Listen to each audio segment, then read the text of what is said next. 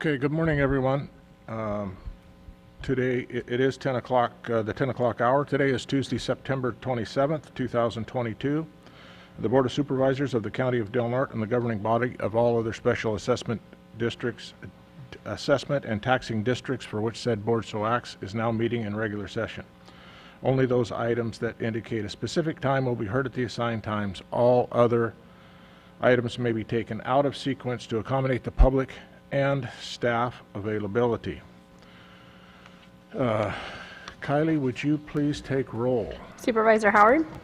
Present. Supervisor Starkey? Here. Supervisor Short? Here. Supervisor Maston? Here. Chair Hemmingson? Here. Now, if we'll please just take a moment of reflection.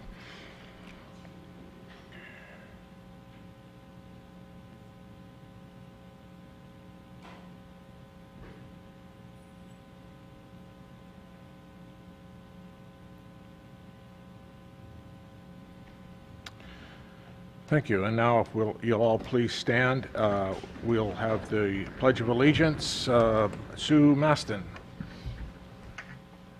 I pledge Allegiance to the flag of the United States of America and to the republic for which it stands, one nation, under God, indivisible, with liberty and justice for all. Sorry, Sue, I meant to say Supervisor Maston, not Susan Maston. But okay, introduction of new employees. Yes, Chair, we have the Assistant Director of Health and Human Services here today to introduce an employee. Right on. Morning, Board. I'm very happy to introduce our newest employee for the Department of Health and Human Services, Audrey Restad. She is a client services specialist, and she'll say a few things. Hi, I'm Audrey Restad. I was born and raised here in Crescent City. I've been working in behavioral therapy for the last 3 years, and I really look forward to my position here at the county. Great, welcome. Welcome.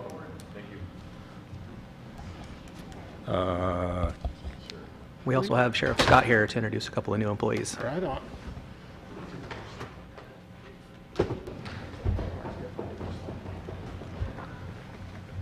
Good morning. I just wanted to introduce our new undersheriff to you, Devin Perry. Good morning. He comes to us with about 18 years of law enforcement experience from the SO to the DA's office and back, and so real excited to have him on board. I'd have introduced him last week, but he was covering patrol, so, or last meeting, sorry.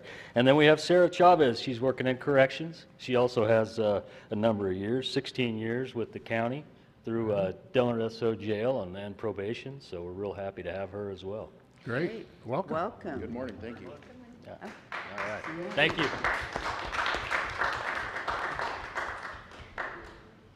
Anybody else? Oh, good. Oh, we got another one. Real quick, this is Dustin McQuillan. He comes to us from Shasta County Jail. He's got 3 years experience there, and he's a patrol deputy just starting out on a field training program. So, Right on, welcome. yeah, good. All right, thanks for coming.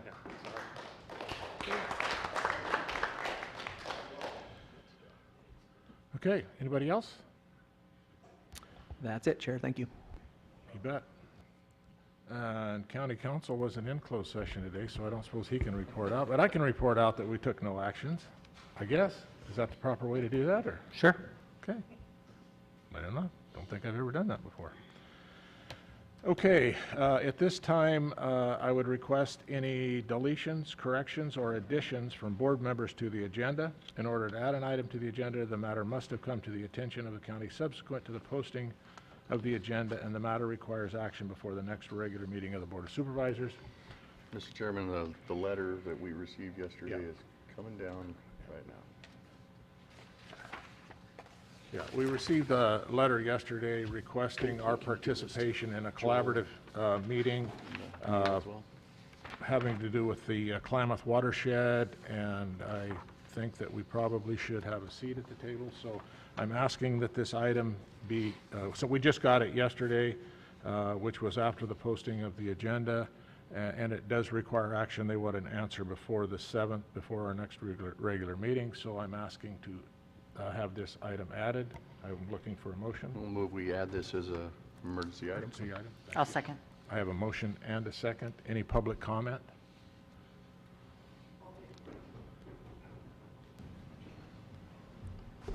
curious as to, good morning, Board of Supervisors, if we're trying to live in a constant state of emergency, or what is the purpose?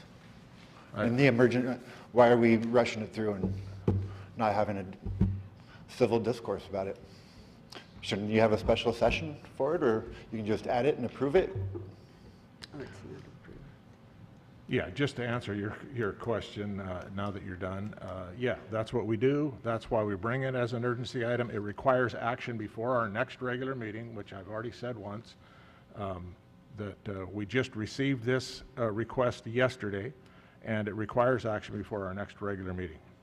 And that's why we have a motion and a second to add it as an urgency item. Is there any other public comment? Is there? On adding it as an emergency On adding item. this item as an urgency item. Okay, thank you. Bringing it back to the board then. Kylie, please poll the vote. Supervisor Maston? Yes. Supervisor Howard? Yes. Supervisor Starkey? Yes. Supervisor Short? Yes. Chair Hemmingson? Yes.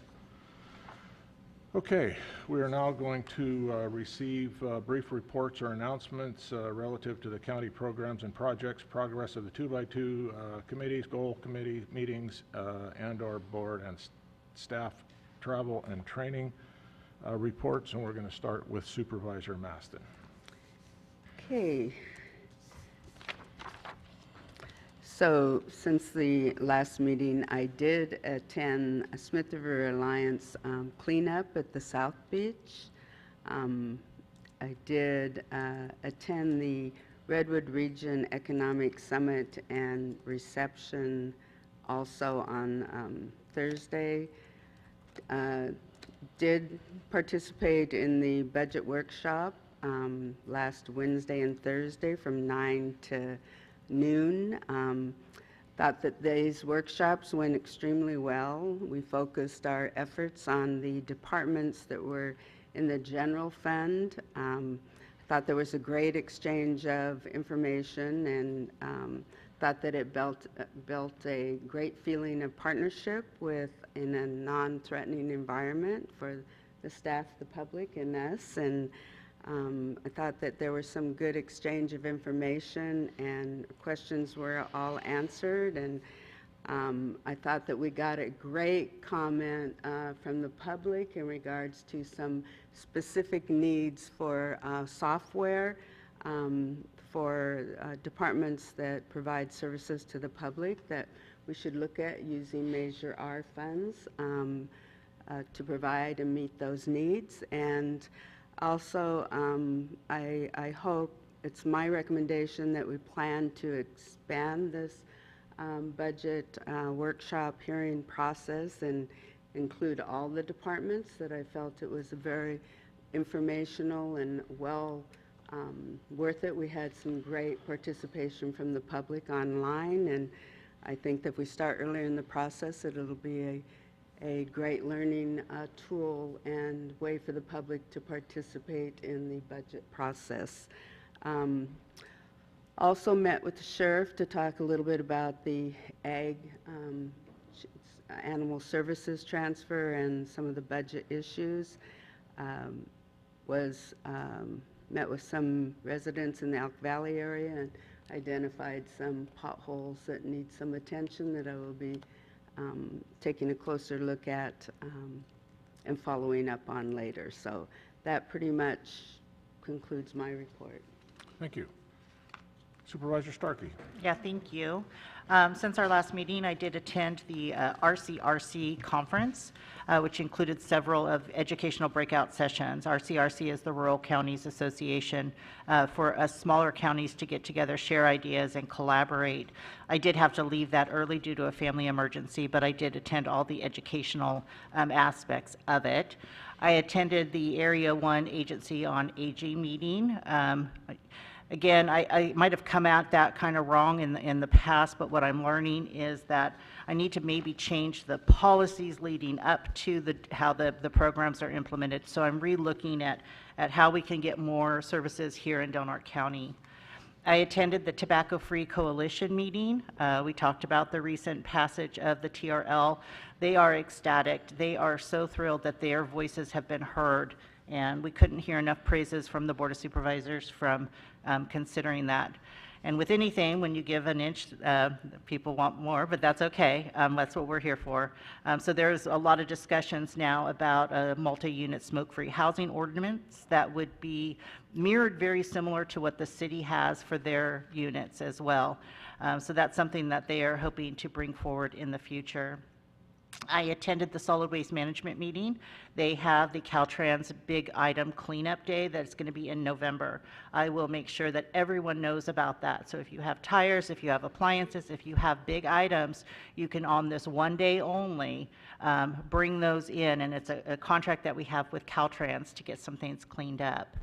As Supervisor Maston mentioned, we did participate in a 2-day budget workshop.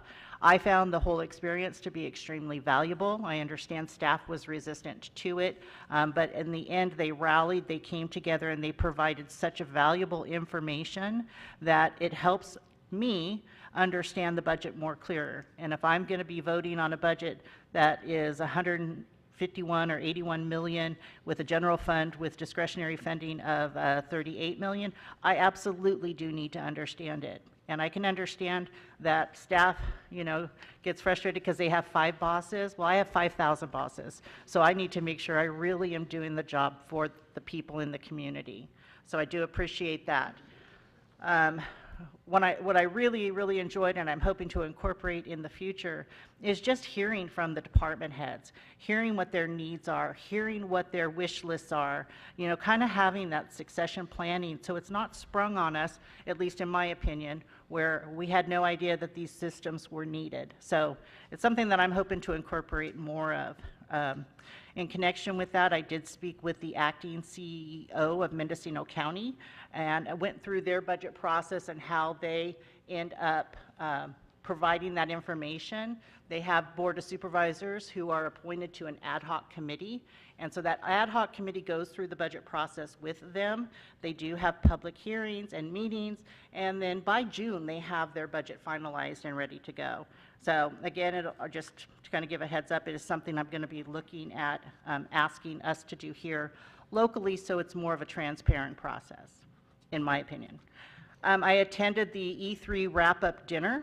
Tony Fabricas and Christy Hernandez are amazing human beings that provide this educational and employment experience to the youth in our community.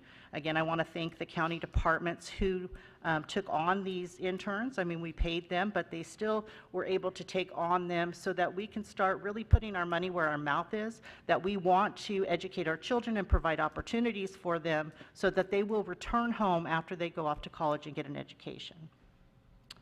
I met with constituents regarding a variety of issues. So some follow-up discussions that we had at the last meeting with regard to VRBOs, vacation rentals, the animal services unit, as well as the budget. People came to me and wanted to talk about some land issues, some easement questions, the permitting process. So I'm going to be learning right along with them with regard to some of that. And then lastly, on a personal note, I do want to thank the staff at Del Norte Ambulance, Ray Rook from the fire department, as well as all the doctors and nurses who cared for my dad during this last 2 weeks. So that's what I got. Thank you. Supervisor Short. Thank you, Mr. Chairman. Since our last meeting, I attended the North Coast EMS Medical Advisory Committee meeting. I also attended the RCRC annual conference. Attended agenda review and then the subsequent meeting for Del Norte Solid Waste Management Authority. I listened in on both of the budget discussions that were held by Supervisor Maston and Starkey, and I also learned quite a bit. Appreciate the staff that came together and put that material together. I guess probably a little bit of kudos needs to go to Ms. Linda Sutter. I think she was the only public member in the audience. Not, did No. you have to? Okay, I'm listening in. I could only hear Linda. So anyway, thought that was good for her to be here. I fielded a complaint from a constituent about some transient activity near her home, and subsequent to that, I met with them and walked them through the area. They were concerned about fires and and the possibility of that encroaching on their homes. They were mistaken in thinking that the county owned the property, but it was privately owned. And I appreciate Jennifer Perry for giving me some of that needed information. She was very quick and gave me more than I asked for, but all relevant to the situation. Also looked into a constituent complaint about a fence that was possibly built illegally. Wanted to thank Dominic Mello for looking into that. I don't know if all of us did, but I received an email from the California Public Utilities Commission about our area code being changed to 369 coming the 1st of February. That was an interesting surprise. Spoke with former Supervisor Gitlin about his thoughts on animal services as a result of one of the articles that he wrote in our paper a couple of weeks ago. And last night I attended the RCTA meeting, and happy to report we have had a 27.5% increase in ridership. So that's good news for RCTA. And that is all for me. Thank you, Supervisor. Supervisor Howard. Thank you, Mr. Chairman. As previously mentioned by many of the supervisors, attended the RCRC meeting. Definitely found a lot of tourism-related activities and conversations helpful, especially the mountain bike discussion was extremely important as a regional approach to draw more activity to our area. Some of this centered around the counties of Lassen, Shasta, Siskiyou, where mountain biking has become such a large sport. It draws from all over the nation and then all over the country, and additionally internationally, to the point where the growth of the activity regionally within these areas in rebuilding small rural towns that were either developed through mining or timber, and those industries having subsequently collapsed, has now brought a lot of economic vigor back to those communities. This is something that a lot of folks have started conversations on in our community over the last 5-6 years, Del Norte Trail Alliance being one of them, to help inspire economic development in this sector of mountain biking, which is such a huge growing sport within the United States. So my hope is to continue these discussions with local nonprofits and also on a regional economic development approach to helping to spur these activities on and learn the lessons that were brought to us at RCRC. In addition, I wanted to highlight a side meeting that Supervisor Hemmingson attended with me with Andrew Harden. When I used to sit on Solid Waste Management Authority, we transfer all our waste out of this community, and including our green waste.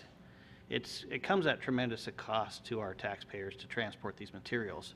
But with technologies growing in the United States on how to kind of remove these wastes out of the system, so comes technology to help create power from that green waste. And that technology has really grown quite rapidly in Europe. Andrew Harden represented a company that's taken some of this technology and put it in small rural communities to where you're basically putting the green waste in a burner, generating through boil power energy for the grid. And this could come at a considerable cost savings if the analysis was done properly to see the return on investment, that you could get some money out of this instead of taking it over to a landfill in Central Point. And so it is something worth looking at and exploring further, and look forward to those conversations with Supervisor Hemmingson as we explore this economic avenue for potentially the Solid Waste Management Authority. Also spent some time with Craig Compton and Green Diamond Resource Company on land use issues. Green Diamond is still acquiring land within our region, and particularly in Del Norte County, but also is looking at parcels that have been previously harvested for alternative uses, including housing. As previously discussed in our land use element, and in addition in our recent discussions on housing, we need to look into the future on where this housing goes. And Green Diamond has a lot of parcels here in the community on the flats that could be particularly zoned, if appropriate, for future housing for this community. So happy to discuss this with Craig and Green Diamond in how we would look forward on land use, particularly for housing folks in our community. Been talking with staff a great deal on the new California State Association of Counties grant initiatives that will help build capacity for applying for grants within rural communities. I appreciate Neil and Randy and Antoinette Self in helping to pursue these conversations where we could potentially start playing some offense instead of defense. Also wanted to give a big shout out to the Forest Service in getting the fuel breaks project up at Big Flat started, 199-acre ladder fuels reduction process around the community of Big Flat to get those fire breaks that are much needed in the area off the ground. And then I just wanted to kind of lean on a surprise that came to Humboldt County this week and encourage the board maybe to start talking and communicating with Pacific Power to see if we have the same issue moving forward in the future. But Humboldt County learned kind of overnight from Pacific Power that the southern half of Humboldt County had no ability to expand services as it relates to power transmission. And without a $9 million investment in power transmission lines, the areas of Ferndale, Fortuna, Garberville, and outlying areas would not be able to add any future growth to those areas. And matter of fact, there's already businesses within those areas that are receiving notices that they cannot be served by PG&E. And so this came as a big surprise to the Humboldt County Supervisors. Of course, Assemblyman Wood and Senator McGuire both reacted to the announcement by PG&E, but it is something that we, on a separate grid, do need to take a look at as we begin to grow here economically. And that's the end of my report, Chairman. Thank you, Supervisor. As most of the supervisors have already said, I attended the RCRC annual conference.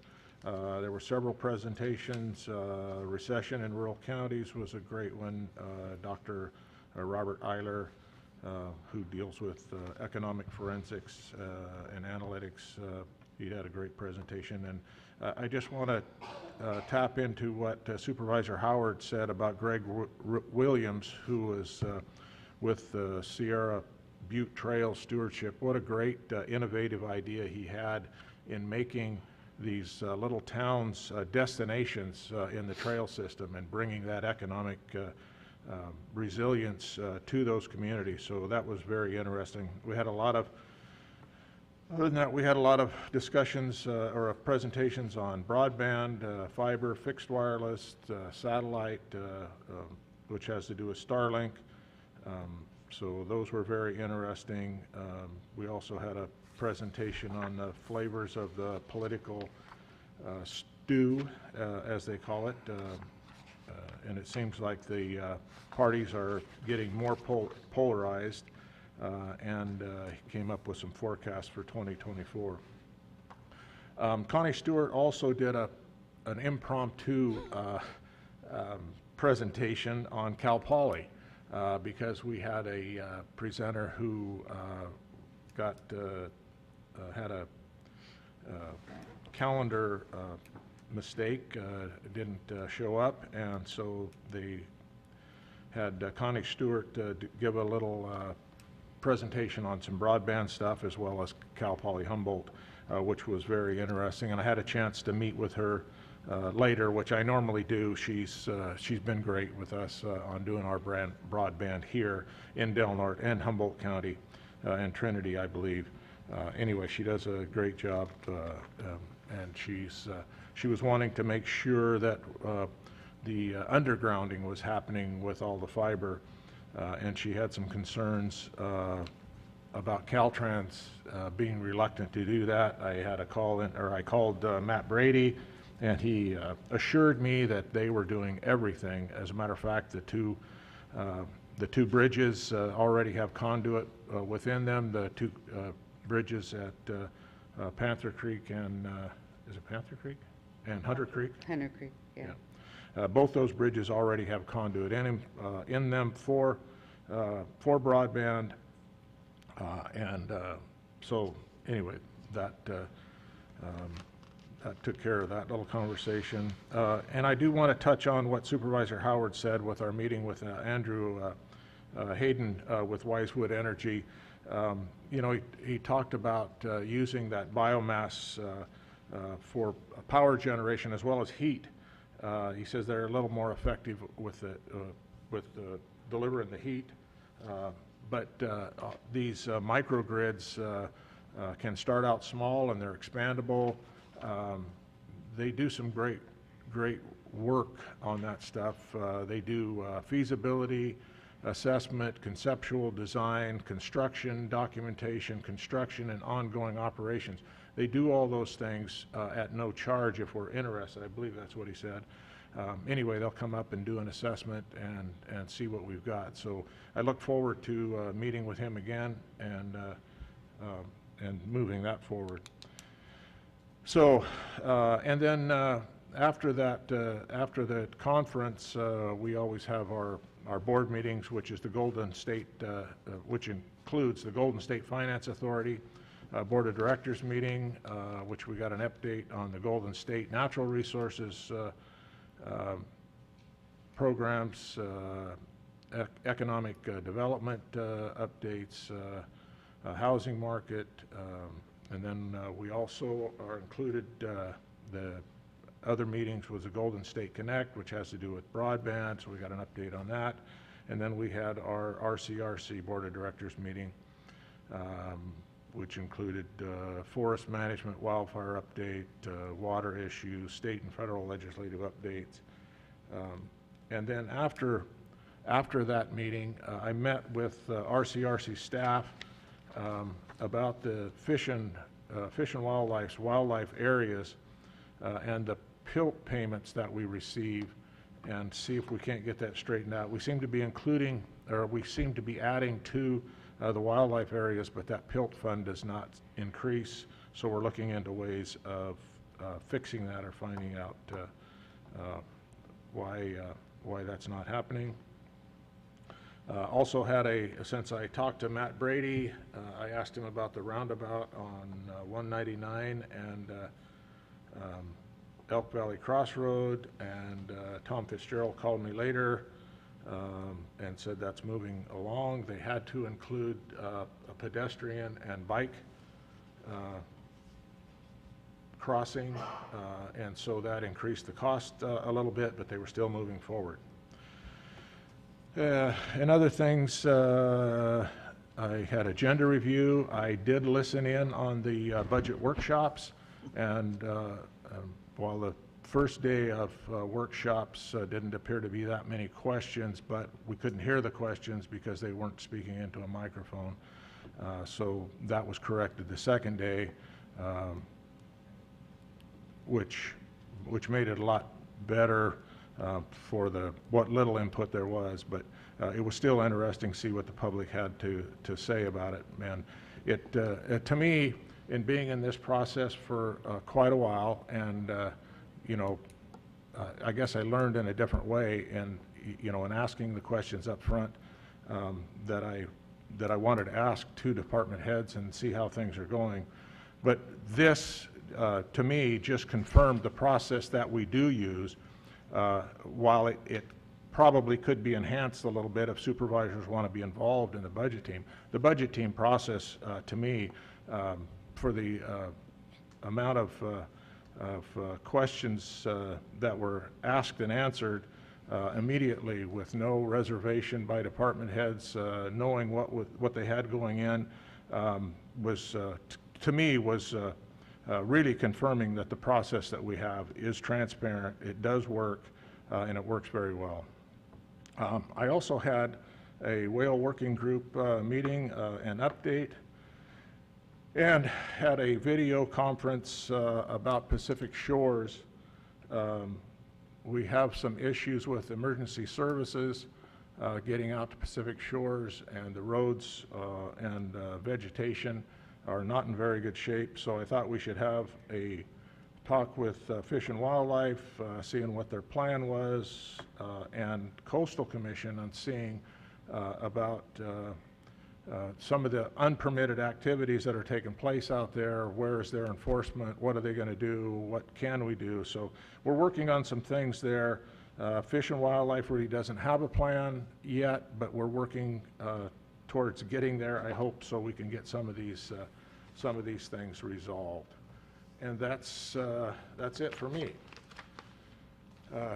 So we're going to move on, and I think we're probably at public comment.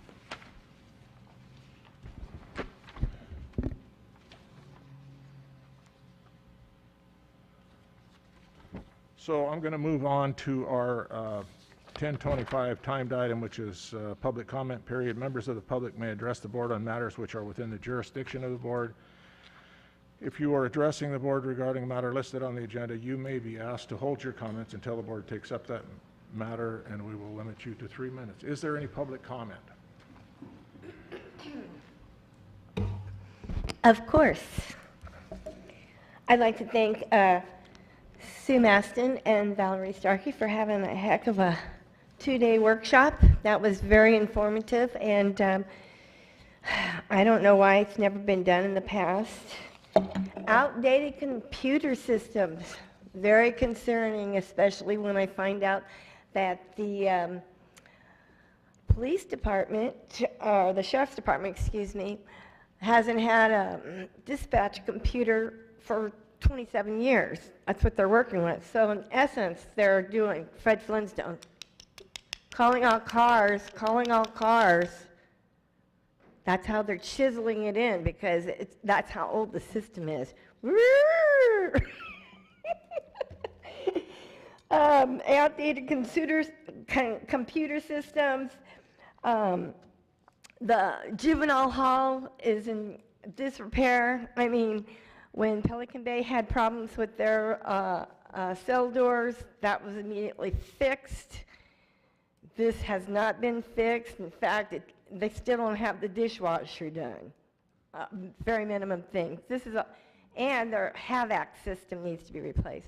This is all things that Measure R money could have been used for, but what do? We don't use it to correct things in our departments. We use it to give everybody a raise, and that's just not going to work. That's why our county fails. It's not efficient. And to think that 3 of the supervisors didn't want to have this workshop, that's very telling about the 3 of you, because that is an important thing for the public to have. Whether 1 person shows up or 10 people show up, you still get an idea of what's really going on with our county. And you guys are failing, all right? I'm sorry to say. And yes, thank you. It was a non-threatening atmosphere. Thank you very much for mentioning that. Thank you, and have a nice day. Thank you. Any other public comment?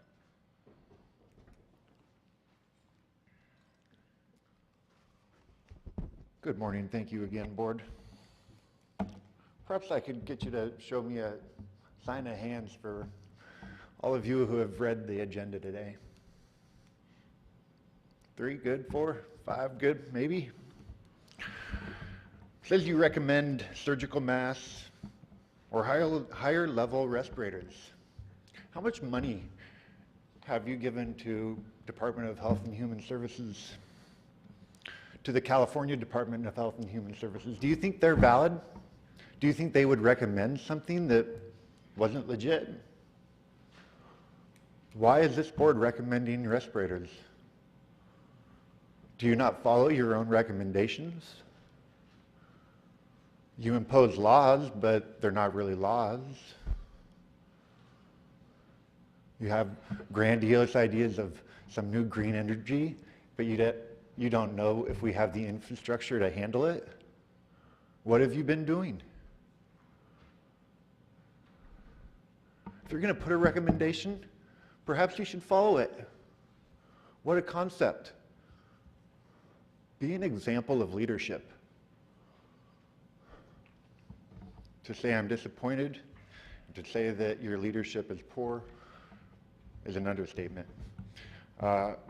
Measure R Oversight Committee said the budget, no use hardly, that they'd have to spend hours upon hours and have several requests to get anything meaningful out of the current budgets. And I'd like to know if Measure R was going to meet again. The tax is going to be on the ballot. The community should know how the budget looks, what the Oversight Committee is doing. Is it an independent observation, or is it written by council? We know that you work for the county employees, but are you working for the constituents? I ask you to please step up and be a leadership. Thank you. Any other public comment?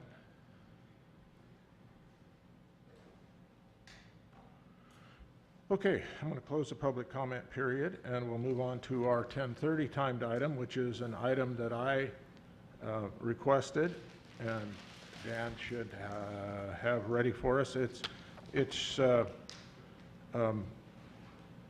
has to do with our Northern Rural Training and Employment Consortium, and this is a presentation to show that kind of what we do on an overall thing. It's very short. It's about 8 minutes. And our local workforce center is smart. And anyway, so go ahead and run that if you would, Dan. What drives me every day and has for the last 20 years is the fact that we make a difference in someone's life every single day. I think it's one of the most exciting times to enter the workforce and to reframe what it means to work. We really want to make sure that businesses know they're not in it alone. They don't need to know everything. They don't need to have employee handbooks in place and all these things. Like, we can help them get there. The really cool thing is that anybody from any walk of life can walk in our doors and receive assistance. It's absolutely been a great program. We've had folks in here that, to be honest, some of the best employees we have. For employers, I don't think you can find any business that's going to give you more support at no cost for businesses, and that's huge. NORTEC stands for Northern Rural Training and Employment Consortium, and it is what's called a workforce development board. And the board is comprised of a majority of business leaders. Businesses know what their hiring needs are, they know what their skills needs are, they're tuned in to their local economy, and so by having those board members on our board, we can leverage their information to develop more relevant training programs with skills that businesses actually need.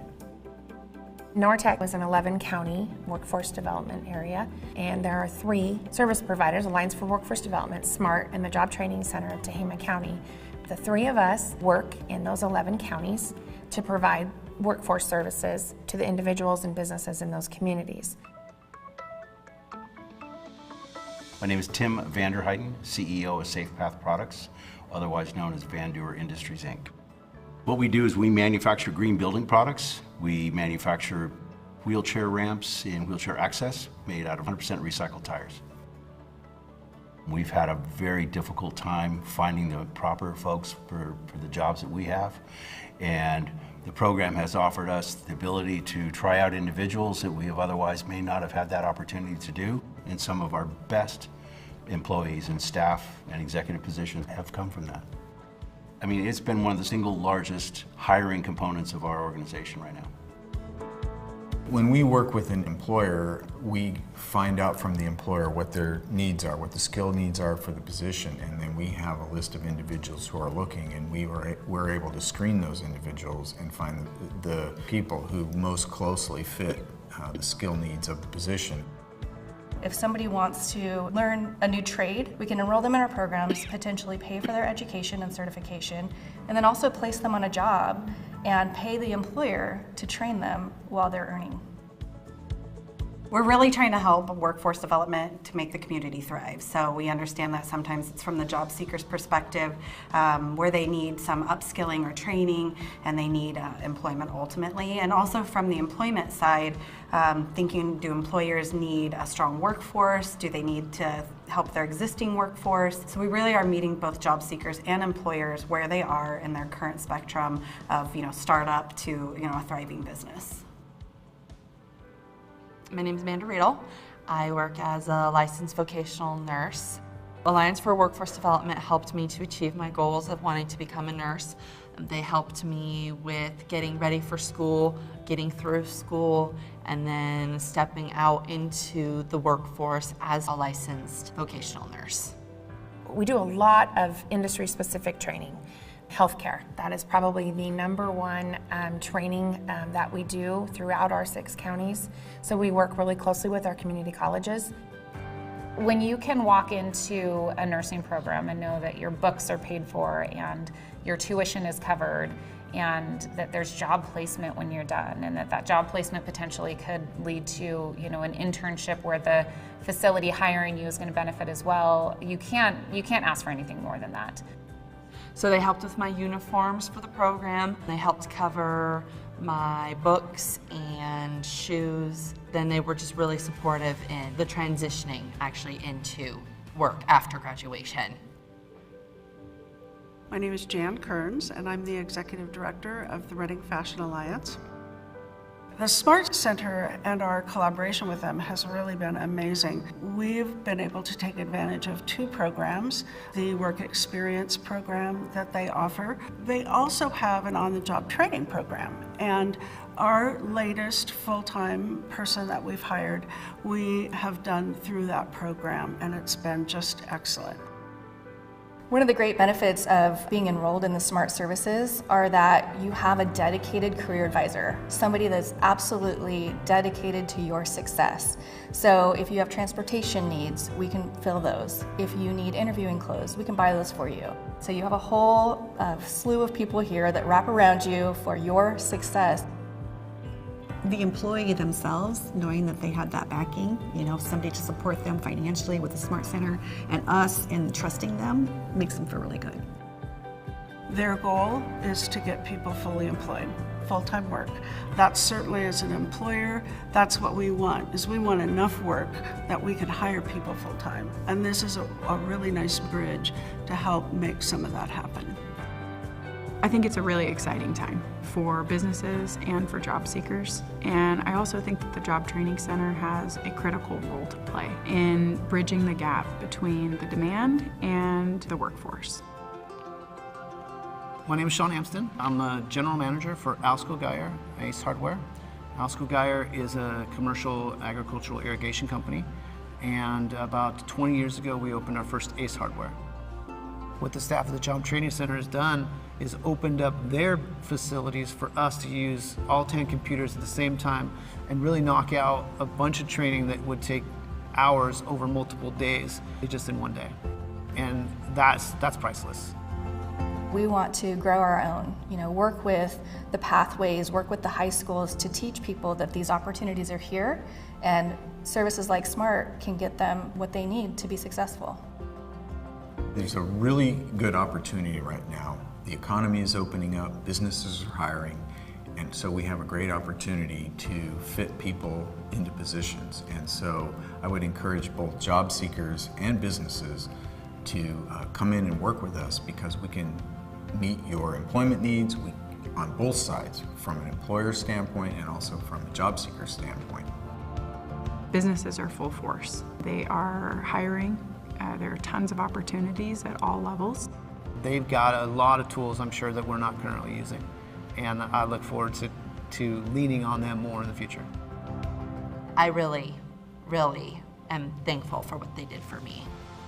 We're really here to not just get people jobs, but to really try to connect them with the right job, because if you get into what you love and what you want to do, you're probably going to stay. If you have a position to fill, or if you are looking for a job, we are the place to go. We have the information, we have the connections, and we have the services that can fill your position or get you a job.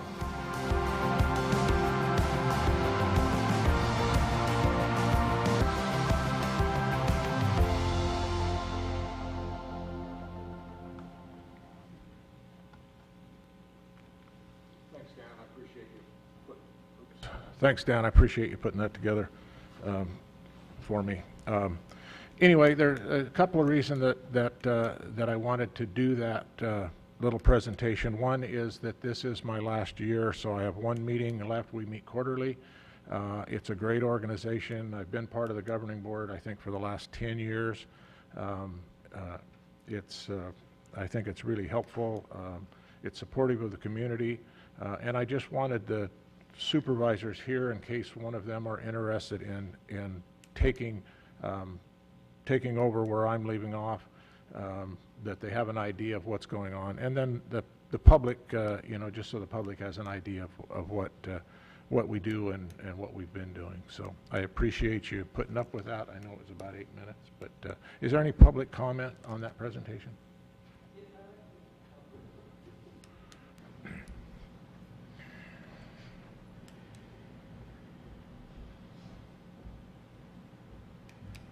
Good morning, Board. morning. My name is Greg Bianchi. That presentation was outstanding. I really enjoyed that. Is that someplace local, or are we going to bring in like a subunit here to train these people, or do we have to take them there and get them there? They're already here. Smart. They're already here? Yeah, Smart. Oh, that's excellent. That's is excellent. a workforce center. Yeah, it's one of the workforce centers that Norte oversees. We don't have our meetings over here. Their meetings are either in Chico or in Redding area, but Correct. But the Right. workforce center is here. Oh, that sounds great. That's a terrific thing. Children, young people need that. I went through a bunch of vocational school and training because I wanted hands-on knowledge. I didn't want to go to the booklet part and study, theory and all that other garbage. To me, it was garbage anyway, because if I can't build it with my two hands or put it together and make it work, it doesn't work for me very well.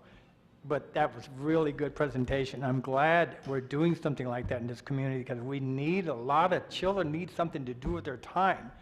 When they open the tsunami lanes, that'll be one thing, but I mean, hey, that doesn't really create a lot of activity, positive activity in our community. So if these kids can learn a trade here and keep it here, that would be fantastic. So, it's hard to keep people here because they ought to go to school someplace else. They got to leave and go away. They come back 20 years later. They're all different. I mean, I've been here just for a few years, and I've talked to some of these that went away and come back, and they wonder why they even left. We got a great community here. We got the ocean. We got forests. You guys want to put a bike trail thing in? That would be great. Tourism is what we need here. We need to create a positive atmosphere for these people to come here. And if we can do the building codes and get those straightened out and get where people can build on the land and get the power to their houses, I mean, you can run a generator, but that don't work too good sometimes, And solar is okay, but sometimes we don't get all the sunshine we need either. But so the whole thing sounds like a really positive note from the board. Very positive. I'm glad to hear it. I'm glad we're doing something like that in our community. That's a very positive note. Thank you very much, and have a good day. Thank you. Any other public comment? Okay, seeing no other Yeah, Oh, I go just ahead. wanted to say, if I'm still here, I'd be very interested in that.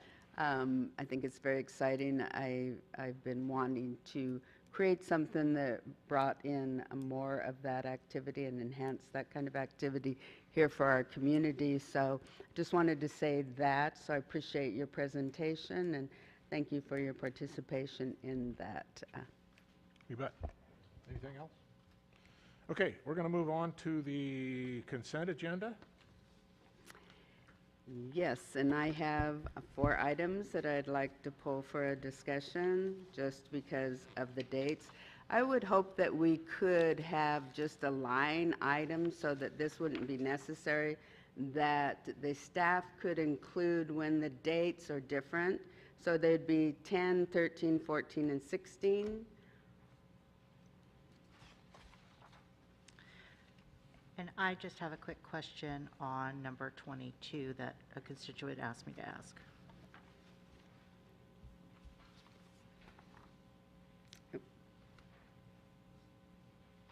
Okay. And then a correction on item number 4. The total amount of the agreement is actually $215,118.02, and it says $215,117.96. So there was a 6-cent error there that they wanted me to make note that was corrected. And I'm sorry, Susan, you said 4 items, and I only had... Yes, 10, 13, 14, and 16. Supervisor Maston, are these just for discussion or separate votes? It's just for discussion. Okay, thank you. Is this just because The dates are, yes. the dates have already passed? Yes. And we've had the same discussion Yes, we several have. times, and Yes. it's the same answer? Well, and it's not always the same answer, so. Okay. But I would like to comment on it. Okay. Okay, so let's go ahead and pull those, we'll take those items for discussion. Let's start with item number 2. Supervisor Starkey, got a question? Oh, 22, I thought you said 2, I marked the wrong one, sorry. Only question that I have is that when, a while back, we had some money set aside for a feasibility study for Barrow. That was never spent, correct? That was my answer, is that we never found somebody with the RFP to do that feasibility study, therefore that money was not spent. That's close. Okay. So it was a competitive grant application that we applied for the feasibility study funding through the EDA that we were unsuccessful in securing. So it's been on the radar as a project that we wanted to pursue, but the funding through the EDA didn't happen. Okay, thank you for clearing that up, and that should answer the constituents' questions. Thank you. Okay, thanks. And then 10. Item number 10.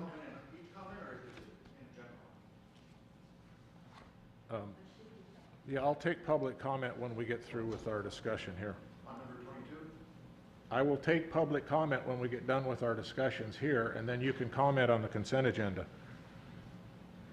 Supervisor Maston? Yes, so here, again, it is a July 1st, 2021 through December 2025.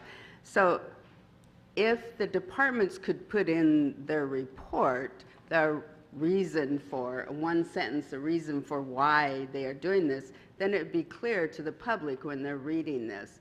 But it's been my experience in working for a number of years, decades with the state and federal government, that we didn't often see this occurring. So it just kind of sets a little question in my mind why it occurs so often for us here.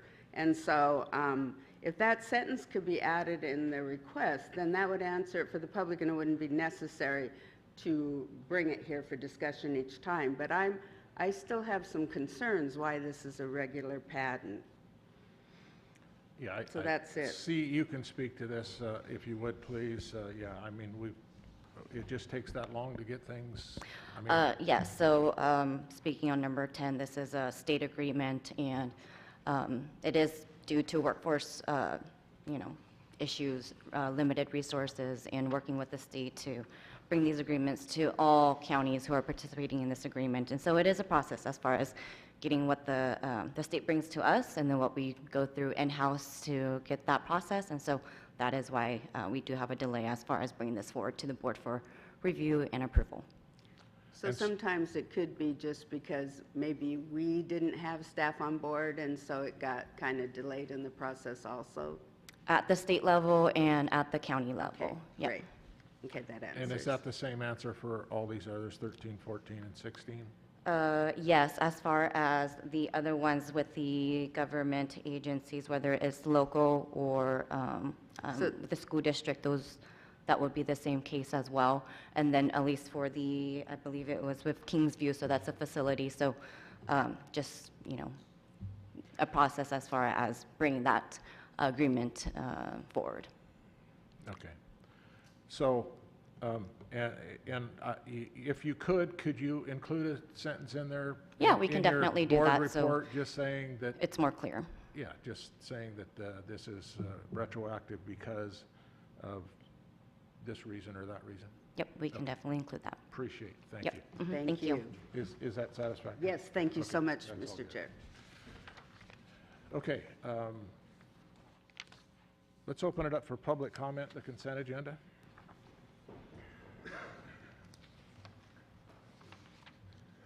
Good morning again. Wow, must be nice just to not be able to do your job and tolerate it. Just give an explanation why, it'll be all right. Do your jobs, hold people accountable. I think you know I'm disappointed in your poor leadership.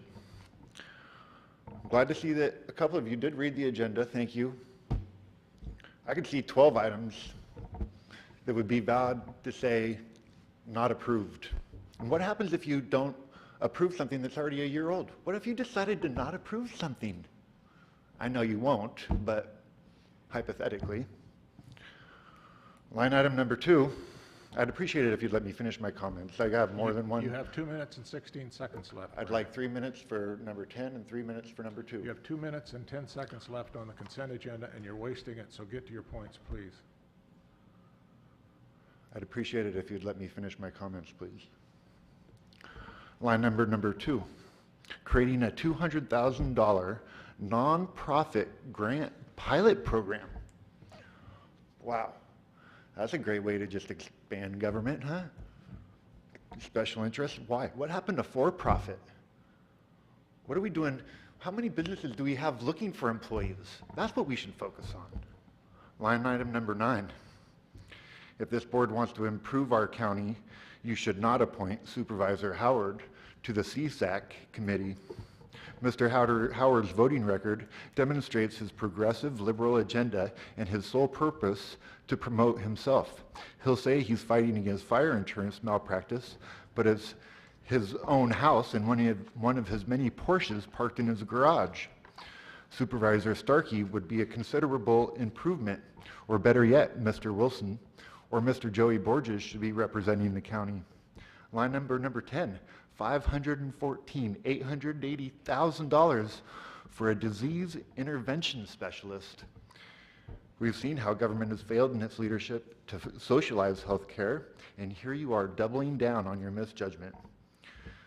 Yeah, 16 months expired, but it's okay. You don't have to do your job. We'll pay you. We'll give you a raise. Line number 12.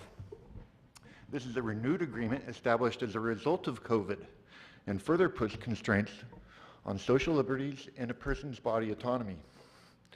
The board report says line item number 12 has no cost. Seriously?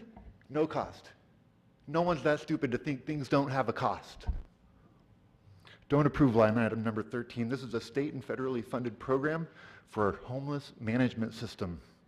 Government is increasingly expanding, and our county's management of the transients and homeless should be a warning to the rest of the nation. Thank you, Brandon. Is there any other public comment? I think I'm well within my right to voice my disagreements with more than one item. You know, our metropolitan city, San Fran, Sacramento, they're getting rid of a lot of these housing encampments, the homeless encampments. Where do you think they're going to send them? They're funding us so they can send them here. Quit degrading our community and taking this money. Okay. Is there any other public comment on the consent agenda? Any other public comment? He's done making his comments. If you want to come up.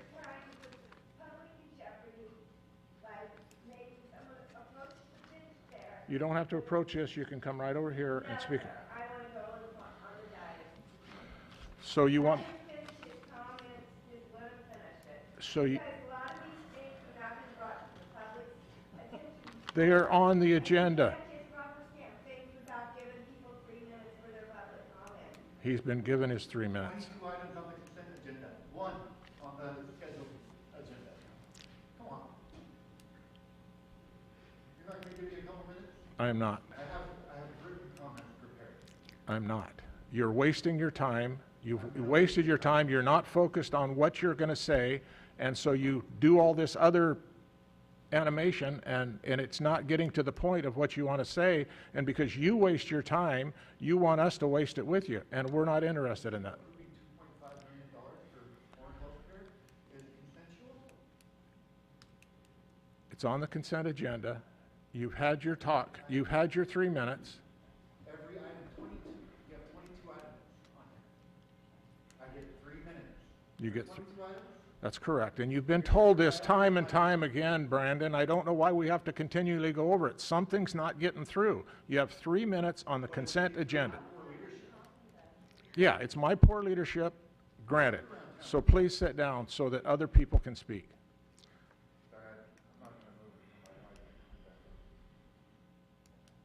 So, Joel, there was an assembly bill passed recently that addresses this kind of behavior in front of the Board of Supervisors or any other elected body. I was hoping you were going to research this so we could have a discussion at some point in time, but this seems opportune at this point in time, given the behavior by the public. Well, I can. I actually also, though, I mean, I want Joel to answer your question, but I also think that this merits discussion for, I feel like these multiple issues on our consent calendar should allow for more than 3 minutes, and I'd like for us to have a discussion on our agenda to consider additional time, because it doesn't seem reasonable to have people talk 3 minutes for 27 items. And I have wanted to address this in the past, so I would like for us to have some discussion on it at the next meeting. I'm sorry, Joel, go ahead. I was just going to say that, while the First Amendment protects, the public's right to say almost anything they want, the one thing it doesn't allow them to do is hold over their time. This is the one really clear thing where we can say you're disrupting a meeting. Because I have 3 minutes per agenda item. And there's only, Each one is consent agenda is, because it's an item. so this is clearly in the disrupting in a meeting and stopping us from conducting business. So this is a place where you are within your right to have Mr. Beaver removed from the meeting. I don't want to have him removed. I would just like for him to sit down. Yeah, I mean, I would too. Thank you, Joel. So I think, My right to speak. No, I did not infringe on your right to speak. Please sit down. Please sit down. How many jobs have you found, people? Please sit down.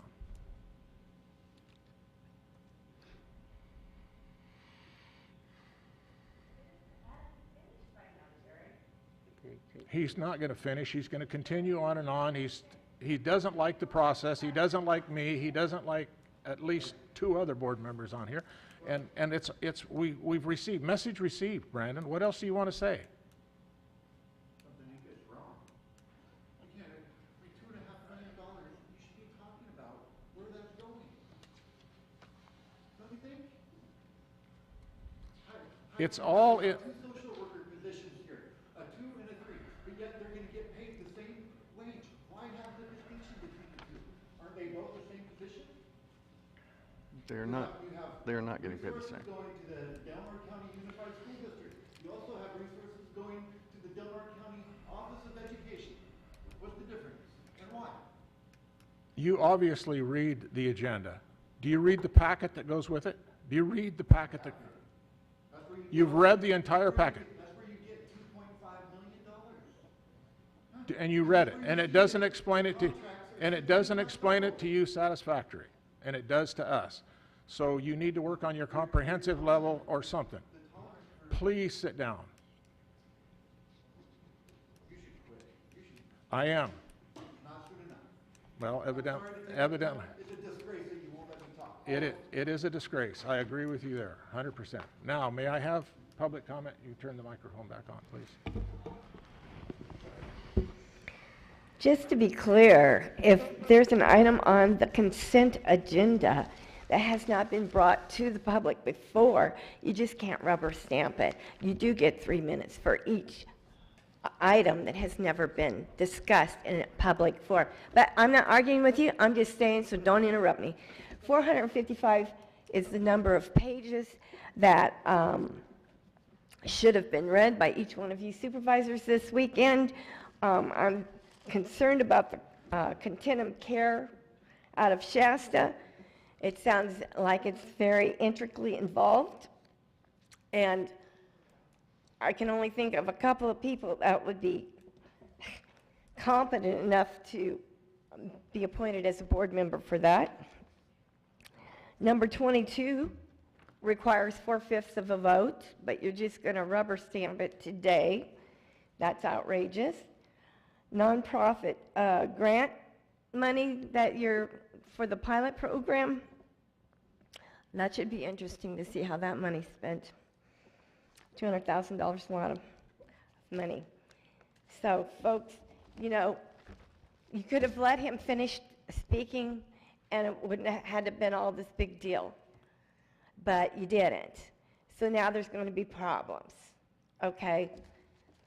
So you better start rethinking things. If these things on the consent agenda have not been discussed before in the public, then the public has a right to comment the amount of time for that agenda item. And I knew I should have looked that up before I came here today, because I know the government code speaks to that, council. Thank you. Any other public comment?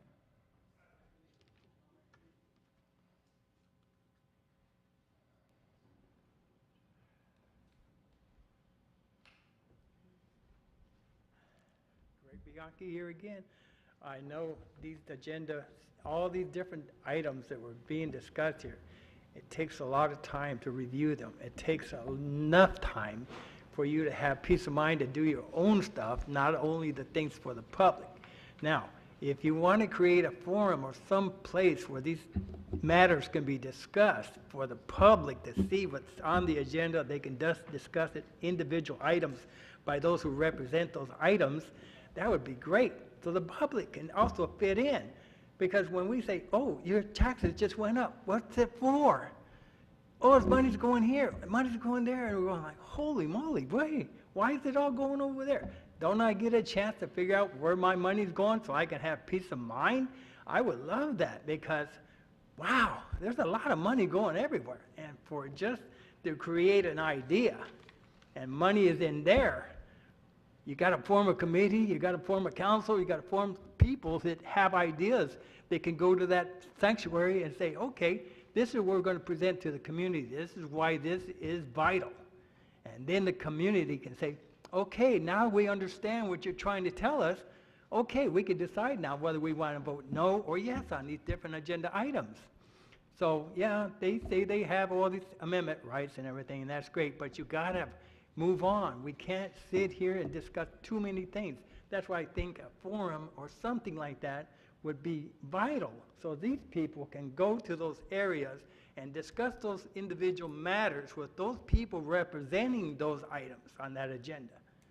And if they don't show up, why? They need to be there. They need to give that information to us, the public. You work for us. We don't work for you, okay? You want to keep your jobs there? Then give us the information we need that's vital for us to understand. The whole idea is comprehension. I don't have reading comprehension very well. My skill's somewhat lacking. That's why I go to vocational schools. Okay, I do hands-on stuff. But I think it's vital that maybe we need to form another committee. You all have so many committees, I don't even know how you keep track of half the ones you do have. But I think maybe something in that should come forward. Somebody needs to put together a process so the community can go to these other meetings and not tie up council meetings here, okay? Let's do it where the people of our fair city here can go to. And if they don't show up, then they don't care, and the hell with them. But those of us that do care, we want to know, because we're the ones going to promote you guys for the next election. All right, thank you guys. Have a good day. Thank you. Chair, I do have a hand. Oh, it went down. Never mind. Yeah, and just to speak to that, I got to say that I am available to discuss at most any time, any length, and put people in touch with the people that they need to talk to about anything on the agenda, and that's why I'm here. I have no problem with speaking to it, and I've spoken to most of the people who have spoken here today. They know my phone number.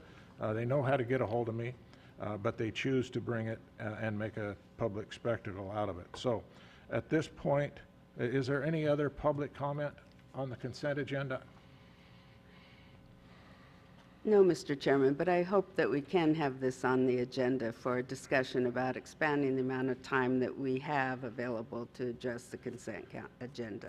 I have a motion on the consent agenda. Move to approve. I'll second.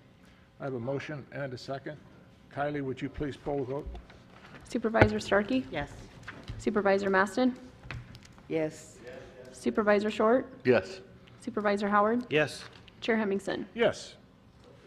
Okay, we're going to move on to general government. Item number 25, approve and adopt an ordinance amending sections 10.10.50 of the Del Norte County Code, updating parking restrictions, and 2, designate county council to prepare a summary for publication as requested.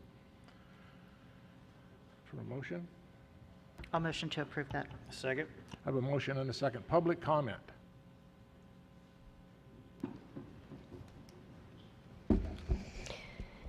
So this ordinance, does that mean we're going to have signs put out of what time, the hours going to be put out on a sign to these different parks that you want to control? Because I don't know, how did that Alice Brown versus Del Norte County case go? Huh? Oh, that was state. Well, I know it was brought here, but you guys talked about it, so. So this is another, they don't even enforce the sign down there at South Beach. I mean, the sheriff now has been moving these RVs and such along, but there's times where they don't. You know, they probably don't have time to patrol all these areas. So I don't know what the purpose of this ordinance is for, because you're going to have people patrol the areas, and I'm sure they have other things to do. We've had, what, 2 murders or 2 bodies on Maiden Lane found lately? I just heard a second one was found. There was a murder prior to that. I don't know if that's a true statement or not, but you know, these ordinances are kind of petty considering what's going on in our county. Any other public comment? Chair, if I could, at some point after public comment, if I can just address some of those questions. Okay. Seeing no other public comment, then we'll bring it back to the board. Supervisor Starkey? So what kind of prompted this was there's been a lot of criminal activity and graffiti and that sort of thing down there on Preston Island. And, you know, while it is not our intention to stop people from enjoying those areas, it's to assist with law enforcement to be able to not have to have probable cause, right? So we have an overnight camping ordinance, but then to have people move along, they can say, well, you know, we weren't camping when they're clearly sleeping in their car. So this is just to assist with that. And I'm not 100% that that this is going to be the solution, but it certainly is a solution that will help law enforcement move people along if they need to move them along. It's no different than what is happening at Beachfront Park and Howe Drive.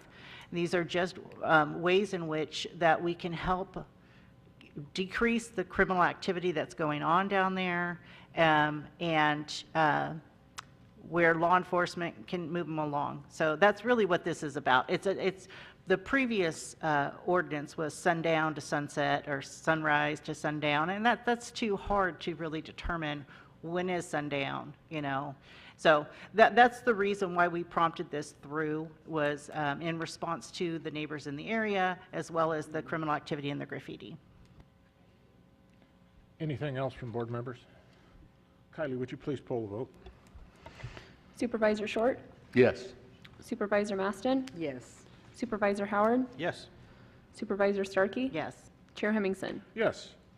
Okay, moving on to item 26, which is to discuss and take possible action about canceling the November 22nd board meeting. Historically, this is something that we've done in the past due to being a holiday week and staffing not really being available, but it's certainly up to the board. Any interest in canceling it, leaving it? No, I mean, I have children in school still. I know Supervisor Short still has children in school. We all get the week off. We all like to be with our families that week. We don't have staff here. If there's a need for a meeting, I'm sure staff would tell us, and we could hold a meeting before or after. So, okay. But I mean, for this week, I'd like to move forward with this motion. Okay, we got a motion? Yeah, I'll second that. Okay. Any discussion, public comment? Just thought I'd point out this example of elitism. A lot of working families work that week, but I guess you're entitled to taking it off. You'll probably take off around Christmas too, so get a couple days, reward yourselves. Well done. Thank you. Any other public comment?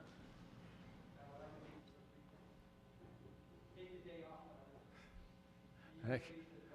Thank you.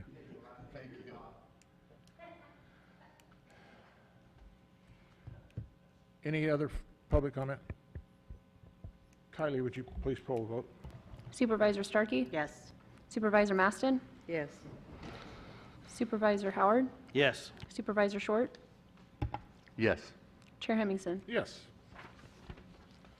Okay, we're going to move on to legislative and budget issues. Number 27, approve and authorize the chair to send a request for coronavirus response and relief supplemental appropriations act of 2021 funding to the Del Norte Local Transportation Commission as requested by the Assistant County Engineer. Move to approve, Mr. Chairman. We have a motion. And a second. And a second. Any public comment? Seeing no public comment, then we'll bring it back to the board. Make it easy on you, Rosanna. Kylie, would you please Make it poll the easy on vote? Supervisor Maston? Yes. Supervisor Starkey? Yes. Supervisor Short? Yes. Supervisor Howard? Yes. Chair Hemmingson? Yes. Okay, now we're going to move on to item number 28, which is to conclude our 14-day public hearing and adopt Resolution 2022-038, a resolution adopting the 2022-2023 fiscal year general county and special district budgets of Del Norte County as presented by the County Administrative Officer and Auditor Controller, and 2, adopt Resolution 2022-039, a resolution fixing tax rates for the 2022-2023 fiscal year, and 3, adopt Resolution number 2022-038, also setting the appropriation limits for the 2022-2023 fiscal year, and 4, approve the use of county general funds for the operational budget of the local Fish and Game Commission, and 5, approve the correction to the wage adjustments for the investigator positions in the District Attorney's Office as requested by County Administrative Officer and Auditor Controller. Whew. Okay, is there any public comment on our budget or any of these items that I've just talked about before I close the public hearing? Is there any public comment? Any public comment at all? Speak now or forever. No public comment, then I'm going to close the public hearing and we're going to bring it back to the board for a motion. Okay. I've actually want to have a couple pieces on this discussion because, as you're aware, we had considerable debate amongst the board at our last meeting for presumed lack of transparency with this budget process. And as we have our auditor controller here, Mr. Shad, today, I want folks to know, since folks don't seem to know, including somebody on this board doesn't seem to know the process, I'd like folks to know, especially our constituents, our public, how the process works. So, Mr. Shad, could you please go through the process that our department heads, the auditor controller, and our administrative staff take over a 6-month period to bring a budget to us in June, that then we have time to discuss. I'm sorry it might be painful, but the public does need to know. So I'll kind of keep it in a brief nutshell, and then CEO Lopez is highly involved in this process as well. But it'll start the budget season will start back in the spring, March, April, May, with the gathering of the proposed budgets from our departments.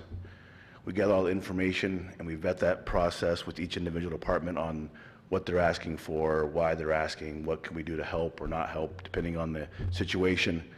Sometimes we go through the assets depending on the available funds. That process goes through until June. In June, we come back to the board for the adoption of the proposed budget, which gives us spending authority starting July 1st to move forward into the current fiscal year. We have to have spending authority to meet the demands and all of the financial issues we have and responsibilities going forward. From that point forward, July 1st until now, we meet several times over with departments, individually, with anybody that wants to meet. Again, the public can come to my office anytime they want, and which I know Ms. Sutter's been there several times. And we start to balance the budget based on our year-end fund balances, which we don't get until after the year closes. And that's one reason why we're talking about the July final in August, not in June. So we go through the process July and August, putting together a balanced budget, which takes several meetings, many, many hours, available financing and funds, anything the board's put forward as their direction, their priorities. Once that's balanced, we bring it back to the board, the first meeting in September, to open the 14-day public hearing window, which we're now concluding, and we come back with, again, a balanced budget, which is the government code requirement. But throughout the year, I'd encourage any board member, any member of the public, you know where my office is at, come by, see me, ask any questions you like. I'm happy to answer those. And I found that answering the questions now or during the year helps any kind of confusion at the end. So and again, that's a quick, brief nutshell. There's a lot of government codes involved and a lot of priorities, but that's the Reader's Digest version of the system. So Clint, in my past experience, it seems like we probably get a number of the fund balance normally sometime in August, towards the end of August. That's pretty regular? Yes, that is correct. So the fund balance is the available funds we have to roll forward into the next year. And Right. we don't get that number until we start putting all of our receivables, our accruals together, Right. receivables and payables. So I'll give you this year, for example, the receivables were due by July 1st, what money is owed. Sometimes that gets stretched out depending on grants and how much we've spent, because we're not going to know in certain situations until we close the actual payroll what is owed to us. So the accounts receivable is due by July 1st every year, but the accounts payable roll forward into mid-July until they're due. And then once we have those posted, there's always modification adjustments. Sometimes they're very minor, but we don't have a fund balance to sit down and really discuss, usually until the first part of August. Yeah. So, and I'm just going back because Supervisor Starkey mentioned that Mendocino County has their budget all ready to go by the end of June. And I don't see how that's possible in any way, shape, or form that Mendocino County can have their budget done before they have any kind of a fund balance. So it depends on the different counties have different pots of money to use. Some counties, I'm not sure about Mendocino, some counties have large reserves, Yeah. which they balance to the reserve with a projected fund balance. They then would readjust come mid-year budget, which is due in January. But as far as the County of Del Norte, we don't have millions of dollars in reserve that if something were to be a shortfall later on, we know we'd have to cover those costs. So we're really tied it down year in and year out to that fund balance. Yeah, and that's a good point. I'm glad you brought that up because that never came into my mind. But we're probably one of the few counties that don't have any sort of a reserve balance and have never had one. I did start setting one up when I was very first a supervisor, and I didn't. We put $100,000 into it, and it's still there. And but most counties have a fairly large. They have a fund balance that will last them a few months. Correct. And our fund balance, or I mean, not our fund balance, our the reserves that would last them a few months, and our reserve wouldn't last us a few days. Yeah, I'd say it's probably usually more of a smaller county issue as far as having the large reserves. That's a general statement. I don't know off the top of my head who does or doesn't, but I can tell you the larger counties usually have more funds in reserve. Right. Yeah, we try to set aside $100,000 a year into a reserve, which is something, and over time it will build up, but right now it's still building. $100,000 is a great start, but again, like Supervisor Hemmingson is saying, it wouldn't even cover part of our payroll. Right. I mean, it just takes time to build it up. And again, we had $8.5 million fund balance rolling forward, so the budget before you today is balanced with an $8.5 million fund balance. You take that away in June and we say we don't know what it's going to be, where do we make the adjustments? We have to make adjustments to cover that. If I could just ask some of Clint. So the process that you have that starts in the spring with the proposed budgets, is that available for the public to sit in on? You know, I'm not sure. I'd have to ask CAO Lopez and council on that one. I mean, because when I talk about transparency, I want to be where any member of the public at any time can come and watch a process. That's what I'm talking about. Yeah, I'm not 100% sure that our internal budget meetings with department heads are public meetings to have the public sit on. I'm sure a supervisor could be there. Okay. But And then the other thing, this 14-day hearing, so it opened last week and then it's here. So any request that we make, we have to have made in writing. And so it's still possible, because I made a request. Yep. So it's still possible for that to be considered because we are in a 14-day period. We're in a 14-day period. Those requests can be made by, in writing. I did. And then it would take board action to make any changes. It's not a board member can make changes. Sure. It's going to be a vote by the board to make any changes, like any other budget transfer we do. Okay. So a board member obviously can, anybody can make a request by writing, whether it's the general public, myself, a supervisor, but that's a request that doesn't take any act, there's no action being taken until it's approved by the board. Okay, so the email that I got back that it was too late, that's not necessarily the case. It was too late because it was already printed, so it was too late to bring forward? So there was some timing issues. My understanding of the committee meetings we had was more of a Q&A. There weren't 3 board members there. It wasn't agendized in that fashion. There was the 2 board members at the meeting can't arbitrarily make changes. Right. But they can obviously ask for We can changes. identify them. That's how, Absolutely. yeah. So the whole process was for us to be able to identify the various things that we wouldn't have known because it goes to the budget team. It not necessarily is something that we would have, like, there was systems that I had no idea that were needed updating in probably about 4 different departments. There are space issues for the county clerk's office.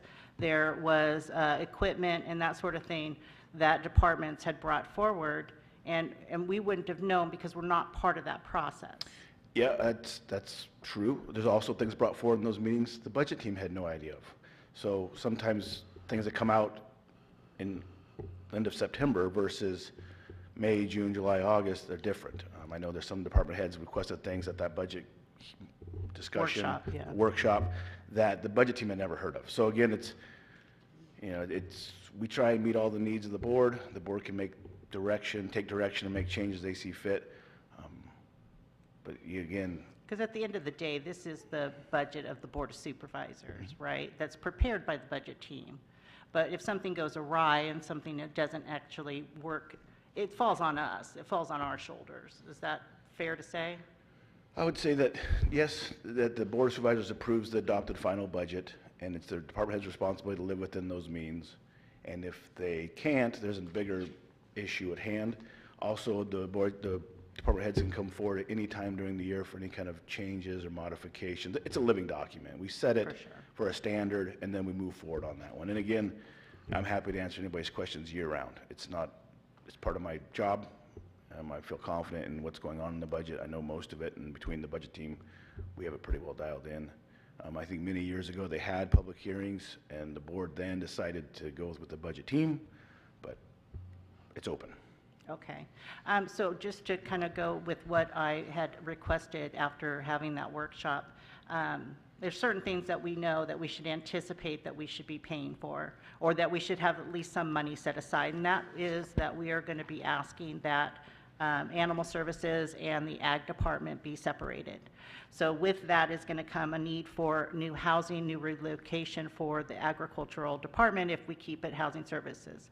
Now, we've said on this board several times that we don't want to hand over a soup sandwich to the sheriff's department, so shouldn't we be anticipating some of the expenses that are going to be needed with regard to that transition and the division of those 2 departments? Because what I've asked for in writing was that we put a $50,000 placeholder in for relocation services for ag. I also asked for a request that agriculture get a new water testing bench as well as equipment to test the meters. It became a safety issue for that. So those were 2 very small, in the big scheme of things, 2 very small requests. So $100,000 that I asked for that. And what I was told was that it could come from the contingency fund for that. My understanding of the contingency fund, however, is that that's for emergencies. And these are planned things that we should be anticipating. So that's why I'm making the request. I made it in writing. I'm going to make it again today, that we consider that 100,000. And then also with regard to animal services, there are things that were brought forward as far as new fencing for the livestock holding area, shelter for the livestock, and industrial washer and dryer, repaving of the parking lot, repair fencing and gates for the kennel building, as well as fencing to provide a more secure facility up front because of that recent break-in. That's a valid reason right there. Again, these are things that I would like to see happen because we've said time and time again that we support Sheriff Scott and we want everything to go smoothly for him. These are things that are going to make that transition easier. We know they are going to be needed. So these are the types of things that I would like to see included in the budget because they're not going to be emergency. These are anticipated expenses we should be thinking about. I can tell you with great confidence, I've heard no plan on relocating departments until you mentioned it last week. Yeah. So that's and out of fairness, I know that you haven't heard it, Yeah. but I've discussed it with CAO Lopez as well as the assistant CAO. I've got the email that says, and this was a month or 2 months ago. So it is something that should be on the radar. This is something that has been tossed around. Yeah. So again, I'm unaware of, I was unaware of any kind of movement of departments. I would hope that Mr. Riggs would bring that forward as the department head. The board obviously can direct money where they see fit. The contingency funds are just that, they're contingencies. We don't know if $50,000 set aside is anywhere near what it would take to relocate a department. That might be a gross understatement or an overstatement. So before you today is a balanced $180 million, $181 million budget. There are monies available for, I would say, unbudgeted projects, which this would fall under an unbudgeted project. If the board so chooses to reallocate funds, they can do that at any time during the year. So like today, we have a $181 million balanced budget. There's roughly $650,000 or $550,000 in contingency funds that can be used or redirected for the board's projects. It doesn't have to be animal control. It can be just about anything. But I thought the contingency funds were really set up for emergencies. Like if we had a trial that was a very complicated trial, we needed to have that kind of, it's not for things that we know are going to happen, that are planned. So they're all general fund dollars. So when we talk about dedicated funding sources and dedicated projects, where's the money coming from, right? We get money from the states, feds, grants, Right. DHHS. This money is contingency money. It's contingency. It can be used for an emergency. It can be used for trials. It can be used for a lot of pretty much anything the board wants. I mean, it's general fund dollars. We set this aside in anticipation that things are going to come along that aren't in the budget. And this is a great example of not in the budget that may be coming down the line that we have money that's available. Again, if those monies are not spent by year end, they roll back into our fund balance. We budget for them again the next year, and depending on how tight we are as far as finances, there could be more money in contingency, there could be less money in contingency. That's the evolution of the budget. Sure, and just out of respect, earlier in the year, I wanted a dumpster out at Animal Services, and it was $4,000. And I was told because it wasn't budgeted, we couldn't get that. And I get it, I totally respect that. So what I'm trying to do is anticipate what we're going to need in order to make this separation of these two departments successful. And that is to think forward and to have this plan in place. And so these are why I believe that we should be thinking about it. This is why I believe that the Board of Supervisors should be involved in the budget process early on. And Supervisor Howard, I'm sorry if I'm upsetting you, but It's not that. I just haven't had a chance to talk yet. oh, I thought you did. No. At the very beginning, I believe you did. But what I'm just trying to make my point is that these are things that I can see that are anticipated that we're going to need. I don't know why we're not going to be budgeting for them when this is, I'm still within the window. I'm still within the window to be able to make these requests. Supervisor Howard, something to add? I got so much. Yeah, Chairman, I'm sorry. Right there. I'm hoping somebody touches on it. But. Anyways, let me just start over because I had Clint Shad come up here for a reason. It's to spell out a process. And I was accused essentially at our last meeting for basically saying, well, this is not a transparent process. This needs to be flushed through the public.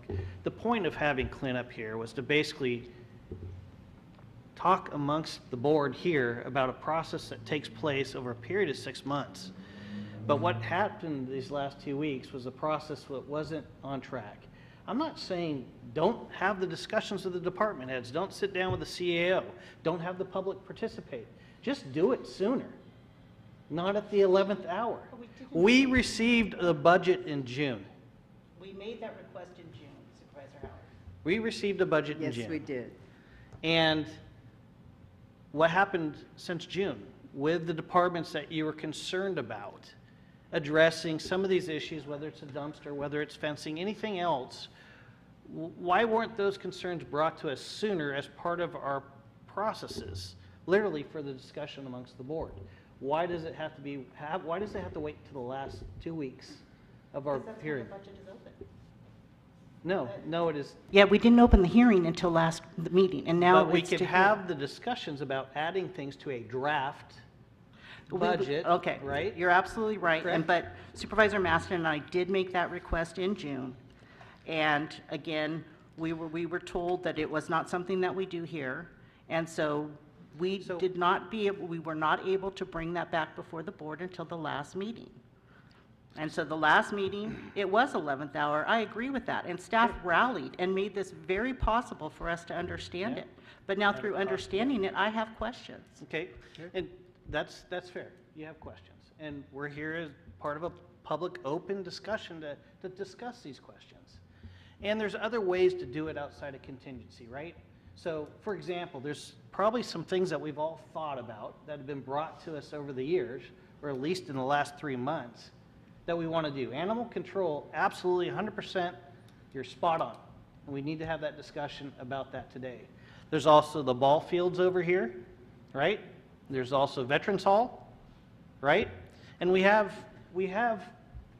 Measure R.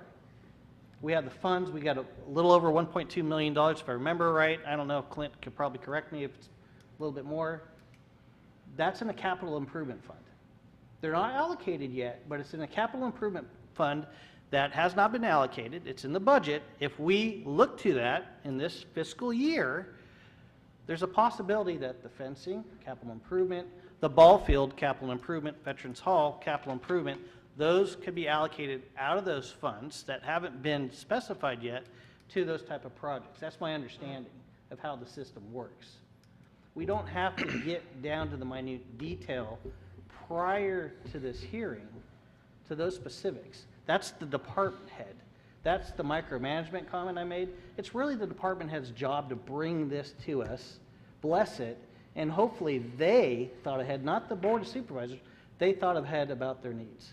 And maybe there's some shortcomings in various departments, but that's how I see the process working. It's worked well, at least for me, for the last 7 years. If I could just add, my final thing is that I would just like this board to make space for the fact that I don't do it exactly like you do. I see it differently, and I think that we should all have the opportunity to process things, make the requests for things the way that we see it. So that's all I'm asking, is that for you to make that space. You don't feel it's important that way, and Feel that's it's fine. important to be done sooner. And I tried in June. Supervisor Maston.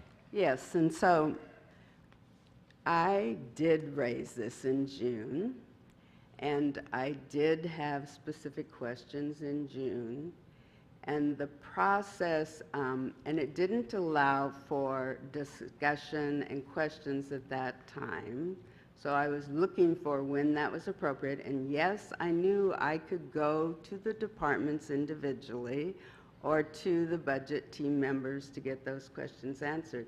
But that wasn't what I had in mind as a Board of Supervisor.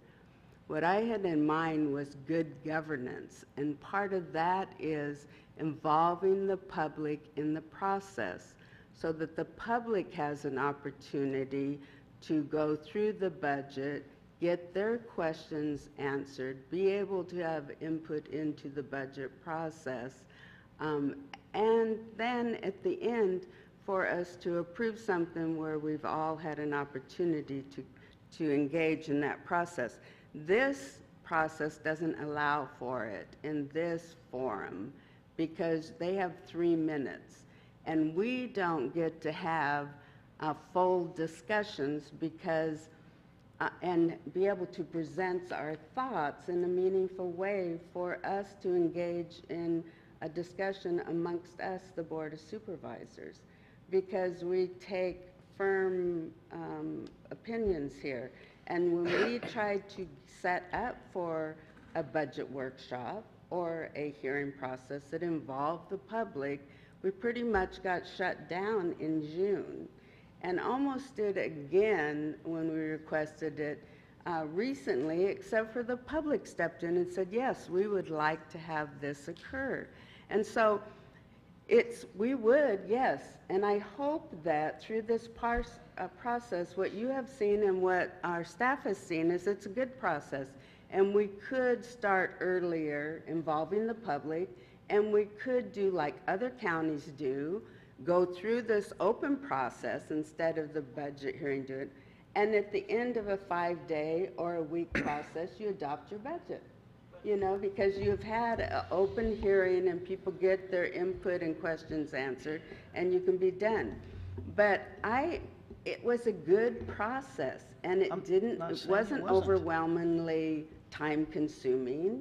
It didn't take a lot of time. It wasn't spread out over a period of you know, months of a time. And I just, it's really concerning to me that people don't see that as a good governance move to involve the public in an open process that allows for questions and answers with our department managers, which was very informative and a good process, which I think staff enjoyed and the public enjoyed being a part of. I know I did, and I felt like it was a good partnership.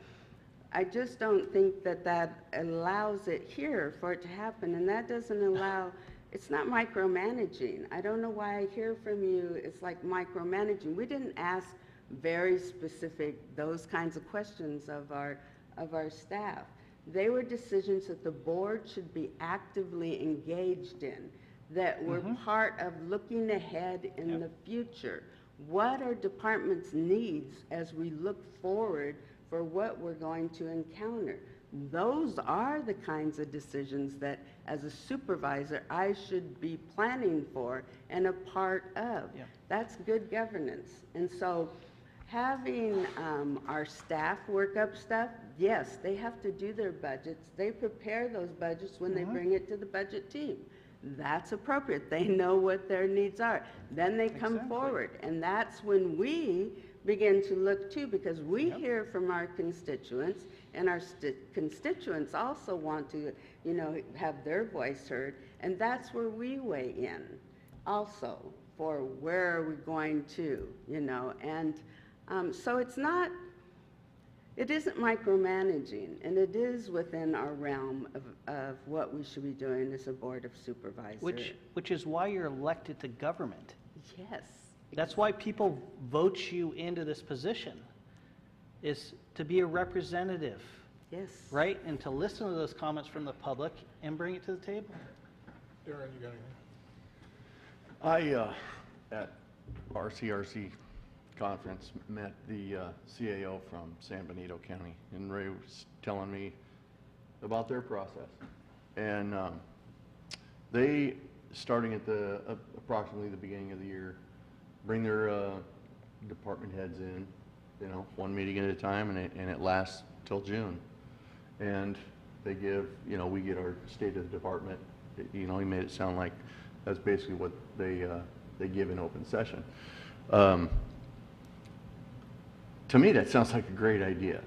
I think it wouldn't take that much time at our meetings. It would be open to the public.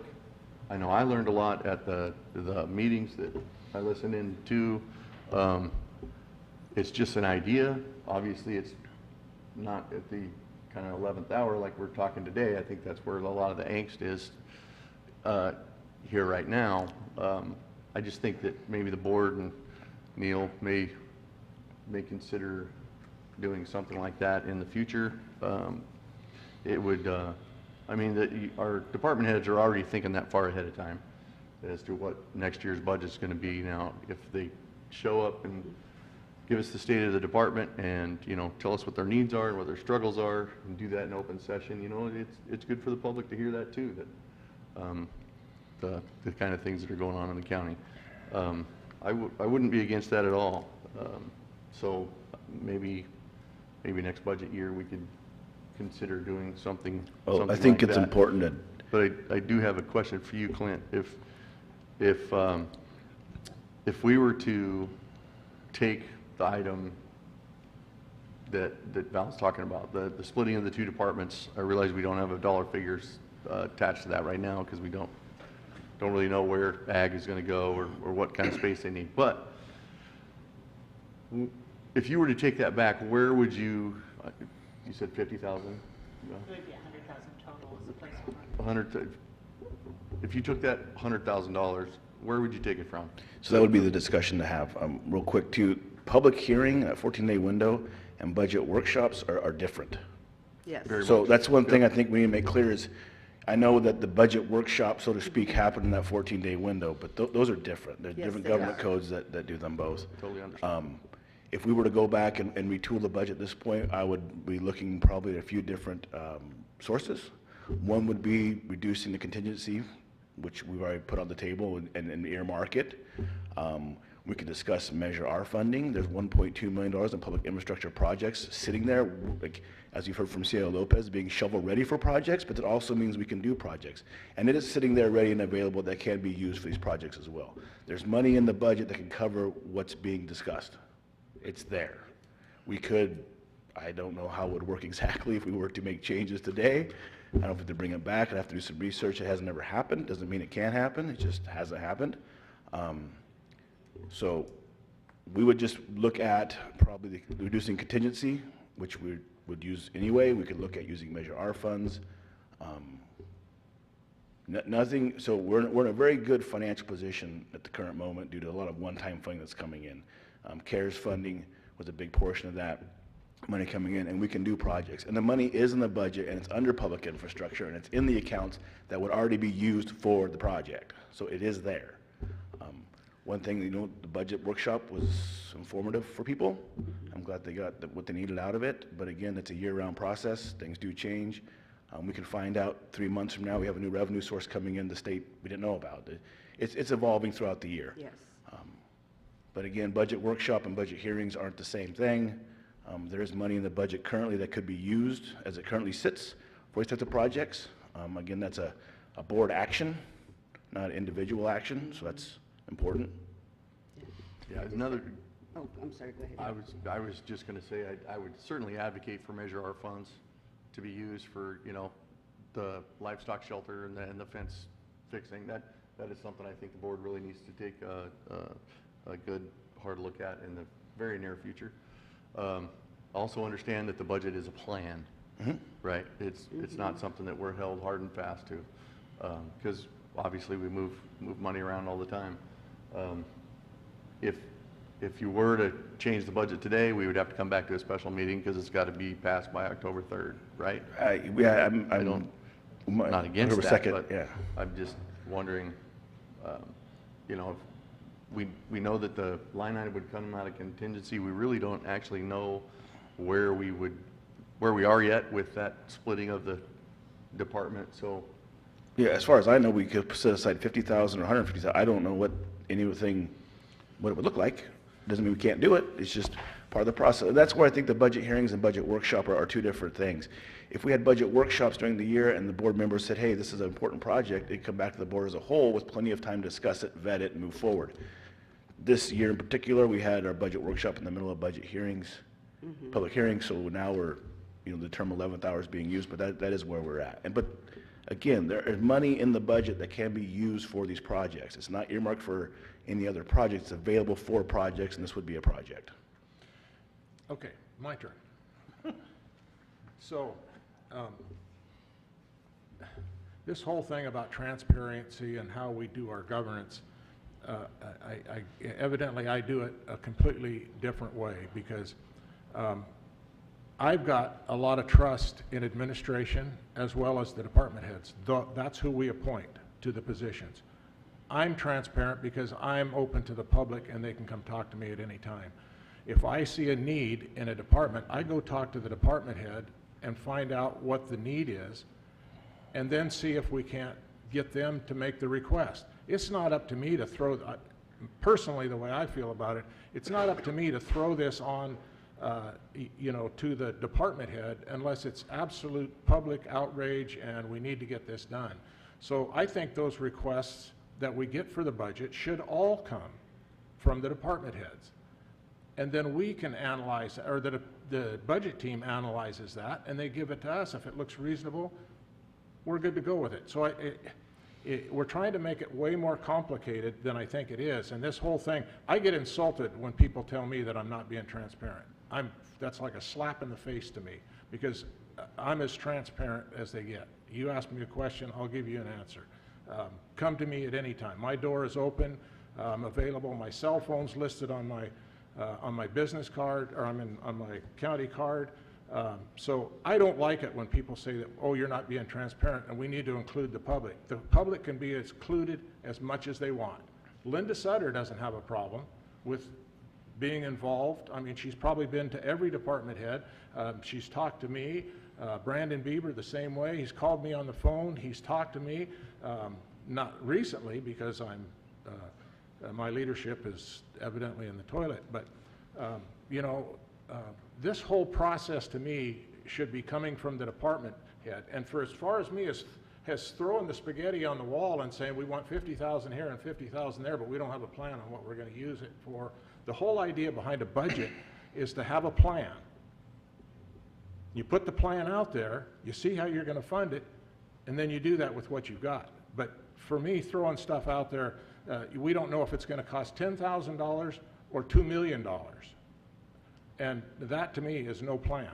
And so just to throw bits of money out there and put them in a fund just so they can sit there in a fund, when we have funds available for capital improvements or contingency, either one or both of those can be used at any time by a department head, can be requested at any time. This is a living document, just like you said. This isn't something that we're set in stone, that if things change and we need something in a certain area, this board can make a decision. We've got a plan now for animal control and we need $150,000. This board can say, yeah, we like that plan and we can approve it, or we can say, hey, wait a minute, we don't need this, or we need this, or maybe we need more, maybe we need $250,000. So this is a living document, and I don't like going into something without a plan. And that's what I think this $50,000, I mean, this $50,000 is to me kind of a grandstanding move, is look what I'm doing, I'm going to do this, and I'm going to make the rest of the board look bad. I don't like that. You know, and I was going to kind of stand out of it a little bit, but here I am. We're not being transparent, I also find highly offensive. Today, Ms. Supervisor Starkey says she reports to 5,000 voters. I report to 25,000 voters. I am an elected official for the whole county. Part of my job is watching the money. So when we talk about not being transparent, it's a slap in the face for an elected official, and it's inappropriate. Well, since we're talking about it, I think you're personalizing that you're thinking I'm saying you specifically are not transparent, or Supervisor Hemmingson, you specifically are not transparent. That is not at all what I've said. I've never said that out to anybody because I don't believe that. What I'm saying is I'd like the process to be more transparent. What that means to me, and just for me alone, is that the public can view at any time the process in which we go on. So when the department heads come forward with what they would like, I'd like that to be an open meeting, an open session. So I am not at all saying that you're not transparent. I've never said that. And so I apologize if that's how it was interpreted, because that's not my intention. My intention was that I'd like the process to be more transparent, not that you are not. I just have another comment. So I just hope that, and I had talked a little bit with Neil, and we had tracked some of the items because I thought it was really a good process. So we identified during that process several items that were raised by the department heads. And between our discussion, we thought about that we would be coming back to the board on some of these with moving forward and asking for funding for some of them. But I want it to just be said, because we haven't talked about all of them. One of them was planning had said their job would be a lot easier with a GIS software, and I think it would be too. And then the sheriff's office, there's Huffman is moving forward with monies that would provide for a console and dispatch equipment that is vitally necessary to upgrade. If that doesn't go forward, we're going to be needing to address that, and so that kind of needs to be kept track of as that moves forward. But also there were across the board several spacing needs for departments, several departments, and so I know that you recorded some of those, probation, the sheriff's office, DHHS. Several of them said, hey, we need some real spacing, and we're doing that audit currently, so that's going to come back under capital improvements for us to look at for additional office spaces. So there are several things that were, and there were other things that were identified, and Neil, I know you made a comprehensive list. And so I do expect that we will be looking at those and comparing our lists and coming back to specifically ask for some of those that rise to the need, especially the ag department, with the equipment they need to be able to do their job with the meter and the water, the testing kinds of materials. Those are necessary to be able to do a job. And so I'm confident that those things are going to rise. Yes, there's a difference, and I believe Supervisor Starkey also clearly agrees that the budget workshop is totally different than the budget hearing, and that was due to the lack of time to be able to complete.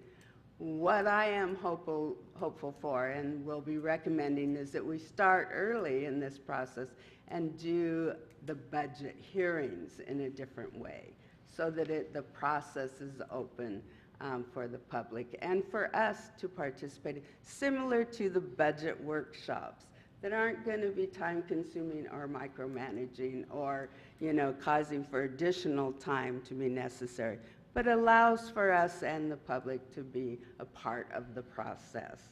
So, and I think that is a good way to do. Our neighboring governments do it as well, our smaller ones and our larger ones do that kind of a hearing process.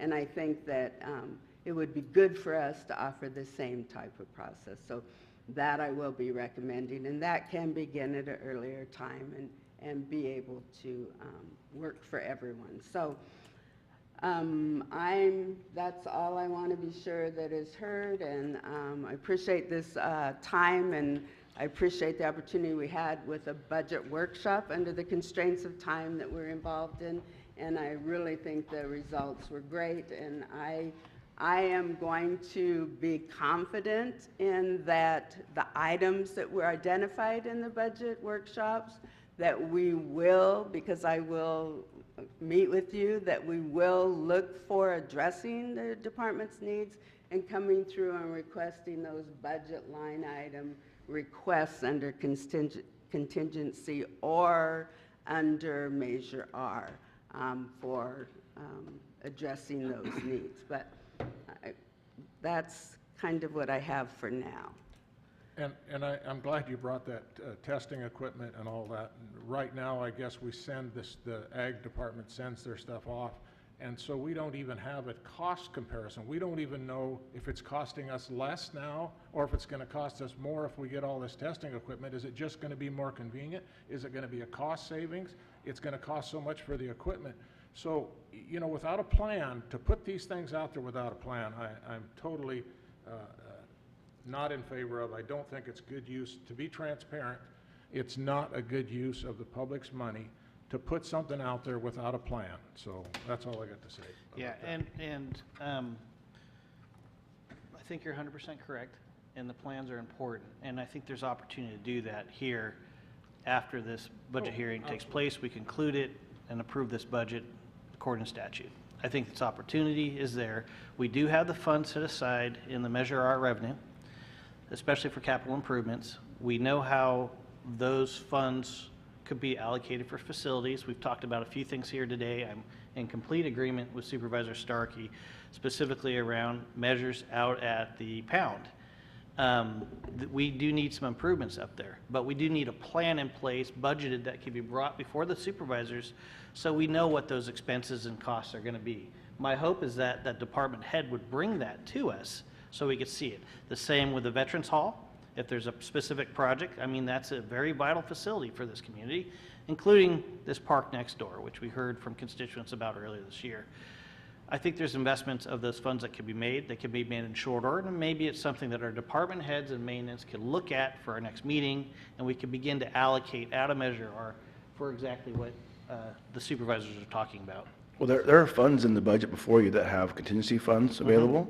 There are Measure R funds available, and there's public infrastructure funds available. Right. There are 3 separate pots of money that are available for projects, depending on the nature of the project, which funding source would be most applicable to that project. But there is money available, and we wanted to make sure that that was in there, because as we go forward, we're going to have things come forward that need to be handled or can be approved upon. But I also don't think it's unreasonable for the 100,000 that Supervisor Starkey is requesting, because it is a living budget. It can be amended at a time, and so it's really not an unreasonable request. And there are funds that are there for the purpose, and we know that it is going to cost X amount. It's, you know, so it's not really unreasonable for her to request that 100,000, and so, you know, I don't want to just dismiss that as something that's just a given. I don't think anybody's dismissing it, and I don't think it's an unreasonable amount. There's just no plan. I mean, you just can't throw money into a hole and say, oh, okay, we're going to plan on doing something that at this particular department. I just don't get that. So, yeah. No. If we were to do that, we would have a special meeting, have to be posted all again.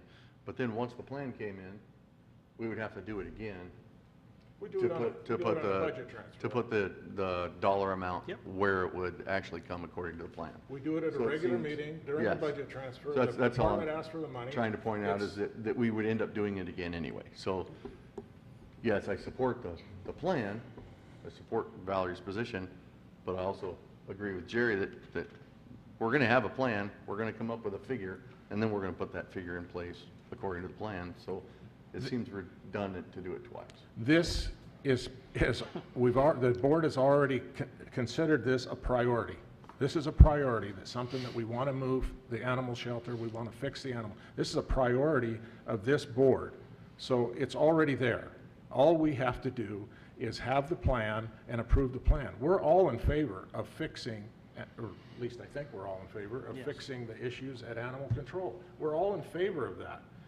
Give us the plan, tell us what we're going to do, how we're going to go about doing it, and what it's going to cost, and we're going to get that through. But yeah, just don't. I just don't think we just throw a dollar figure out there and say we're going to make the plan fit this dollar amount, because that's not going to work. Mr. Chairman, have you gotten a motion yet? I have not gotten a motion. Well, I'll move we approve this item number 28 as you read previously, all 5 items. Second. Okay. We've already had public comment. Any other discussion? There may be public comment. I don't believe after we all had of public our comment on this discussion. item, Chair. We had public comment. It was a Oh, okay. It was a public hearing. Sorry, I misheard. My bad. Any other discussion, board members? I just want to clarify that I appreciate all the comments here today, and if nothing else, we shed light on the fact that these are vital improvements that need to be done. So, and it's not that I misunderstood, because I don't misunderstood. It's not that I'm grandstanding, because I'm not grandstanding. I am just wanting to make sure that we shed the light that needs to be shed on these issues, because of the resistance that I've had in the past trying to get a few things done. So I appreciate the discussion here today, and I love to hear that I've got the commitment that we are going to prioritize animal services as well as the ag department. Yeah, you know, there's other things too. The software updates, all those things are priorities of this board to get that done, and those are going to be huge costs. But we're not going to just hold money aside for them until we know about what they're going to cost or some plan of what's going on. So anyway, Kylie, would you please poll the vote? Supervisor Maston? Yes. Supervisor Starkey? No. Supervisor Howard? Yes. Supervisor Short? Yes. Chair Hemmingson? Yes. Okay, and with that, We have, our urgency item, which is to be part of a collaborative process. This group that's been put together, and do we have any volunteers of who might want to be part of this collaborative review? Mr. Chairman, I would volunteer for that effort. I've been Okay. paying close attention to the Klamath issues for the last year and a half, 2 years now, Okay. especially engaged in this one as it relates to removing the dams for the county. Cool. Mr. Chairman? Yep.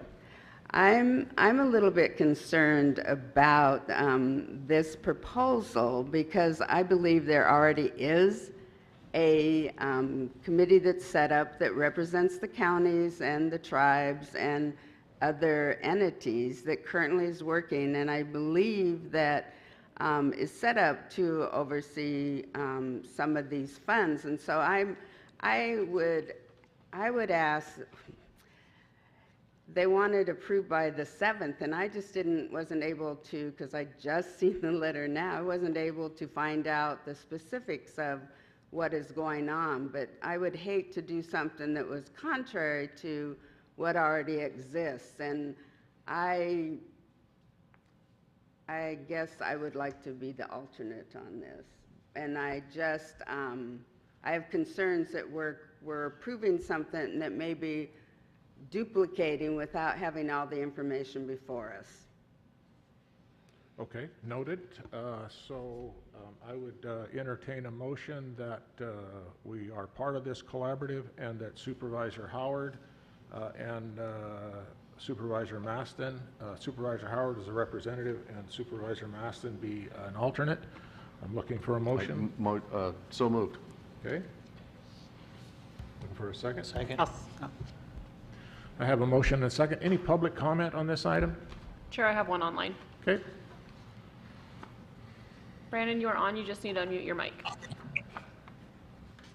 Good morning, Board of Supervisors. I'm going to take these 3 minutes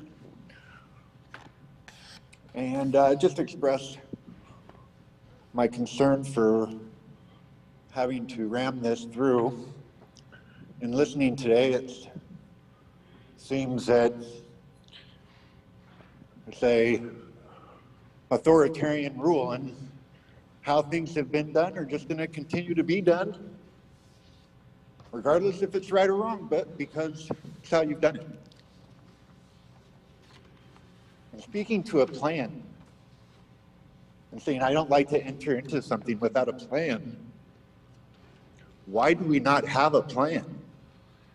What have you done not to have a plan? I mean, it's one excuse after another to not get anything done. The Klamath Waterway is probably the most heavily litigated waterway in the country.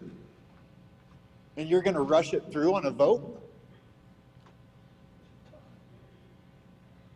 Ms. Matson would be much more capable of representing the county than Mr. Howard.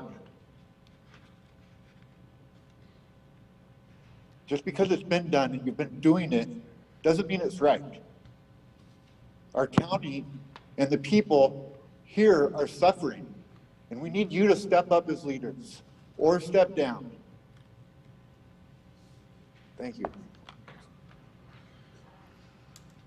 Any other public comment, Kylie? I don't have any more online, Chair. And just to be clear on this, seems to be some misunderstanding on how this is either not a plan or some big plan to move forward. This is a collaborative process to where we can give the concerns of our county to this group, or they can give their concerns to us. This is a collaborative. I mean, I don't know. It's pretty tough for me to be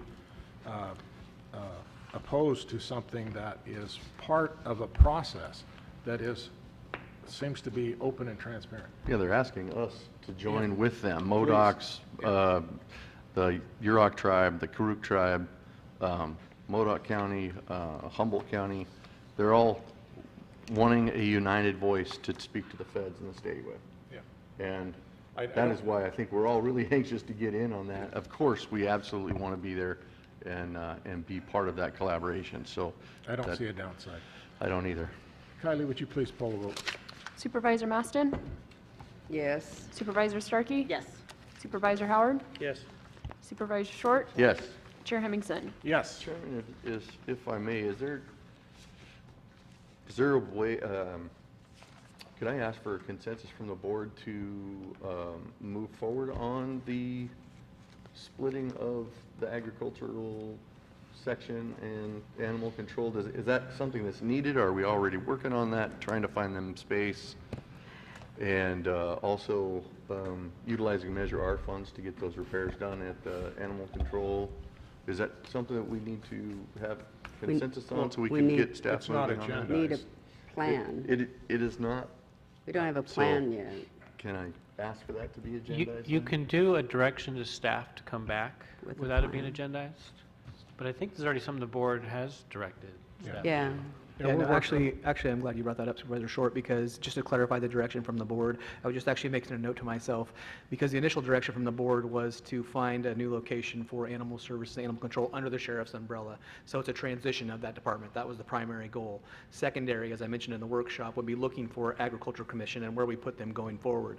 So if the board would want to amend that direction to include looking for another location for ag through that process, more than happy to include that. That would be my request. I think that's appropriate for sure. We certainly want to look into it, all avenues, yeah. Yep. Is it possible to have it on our next agenda? You just gave me direction just now, so I can include that in the prior direction. Yeah. Okay, are we done, Kylie? Chair, can I get clarity on what the direction is? Yeah. Direction is for the staff to continue on, and as well as what we asked before, is to separate the two and find a different location. Am I Find a correct? new space for the ag department. Yeah. Thank you. Okay. Okay, are we good, Kylie? We're good. Anything? All right, with that, we are adjourned. Our next meeting is October 11th. October 11th, that's pretty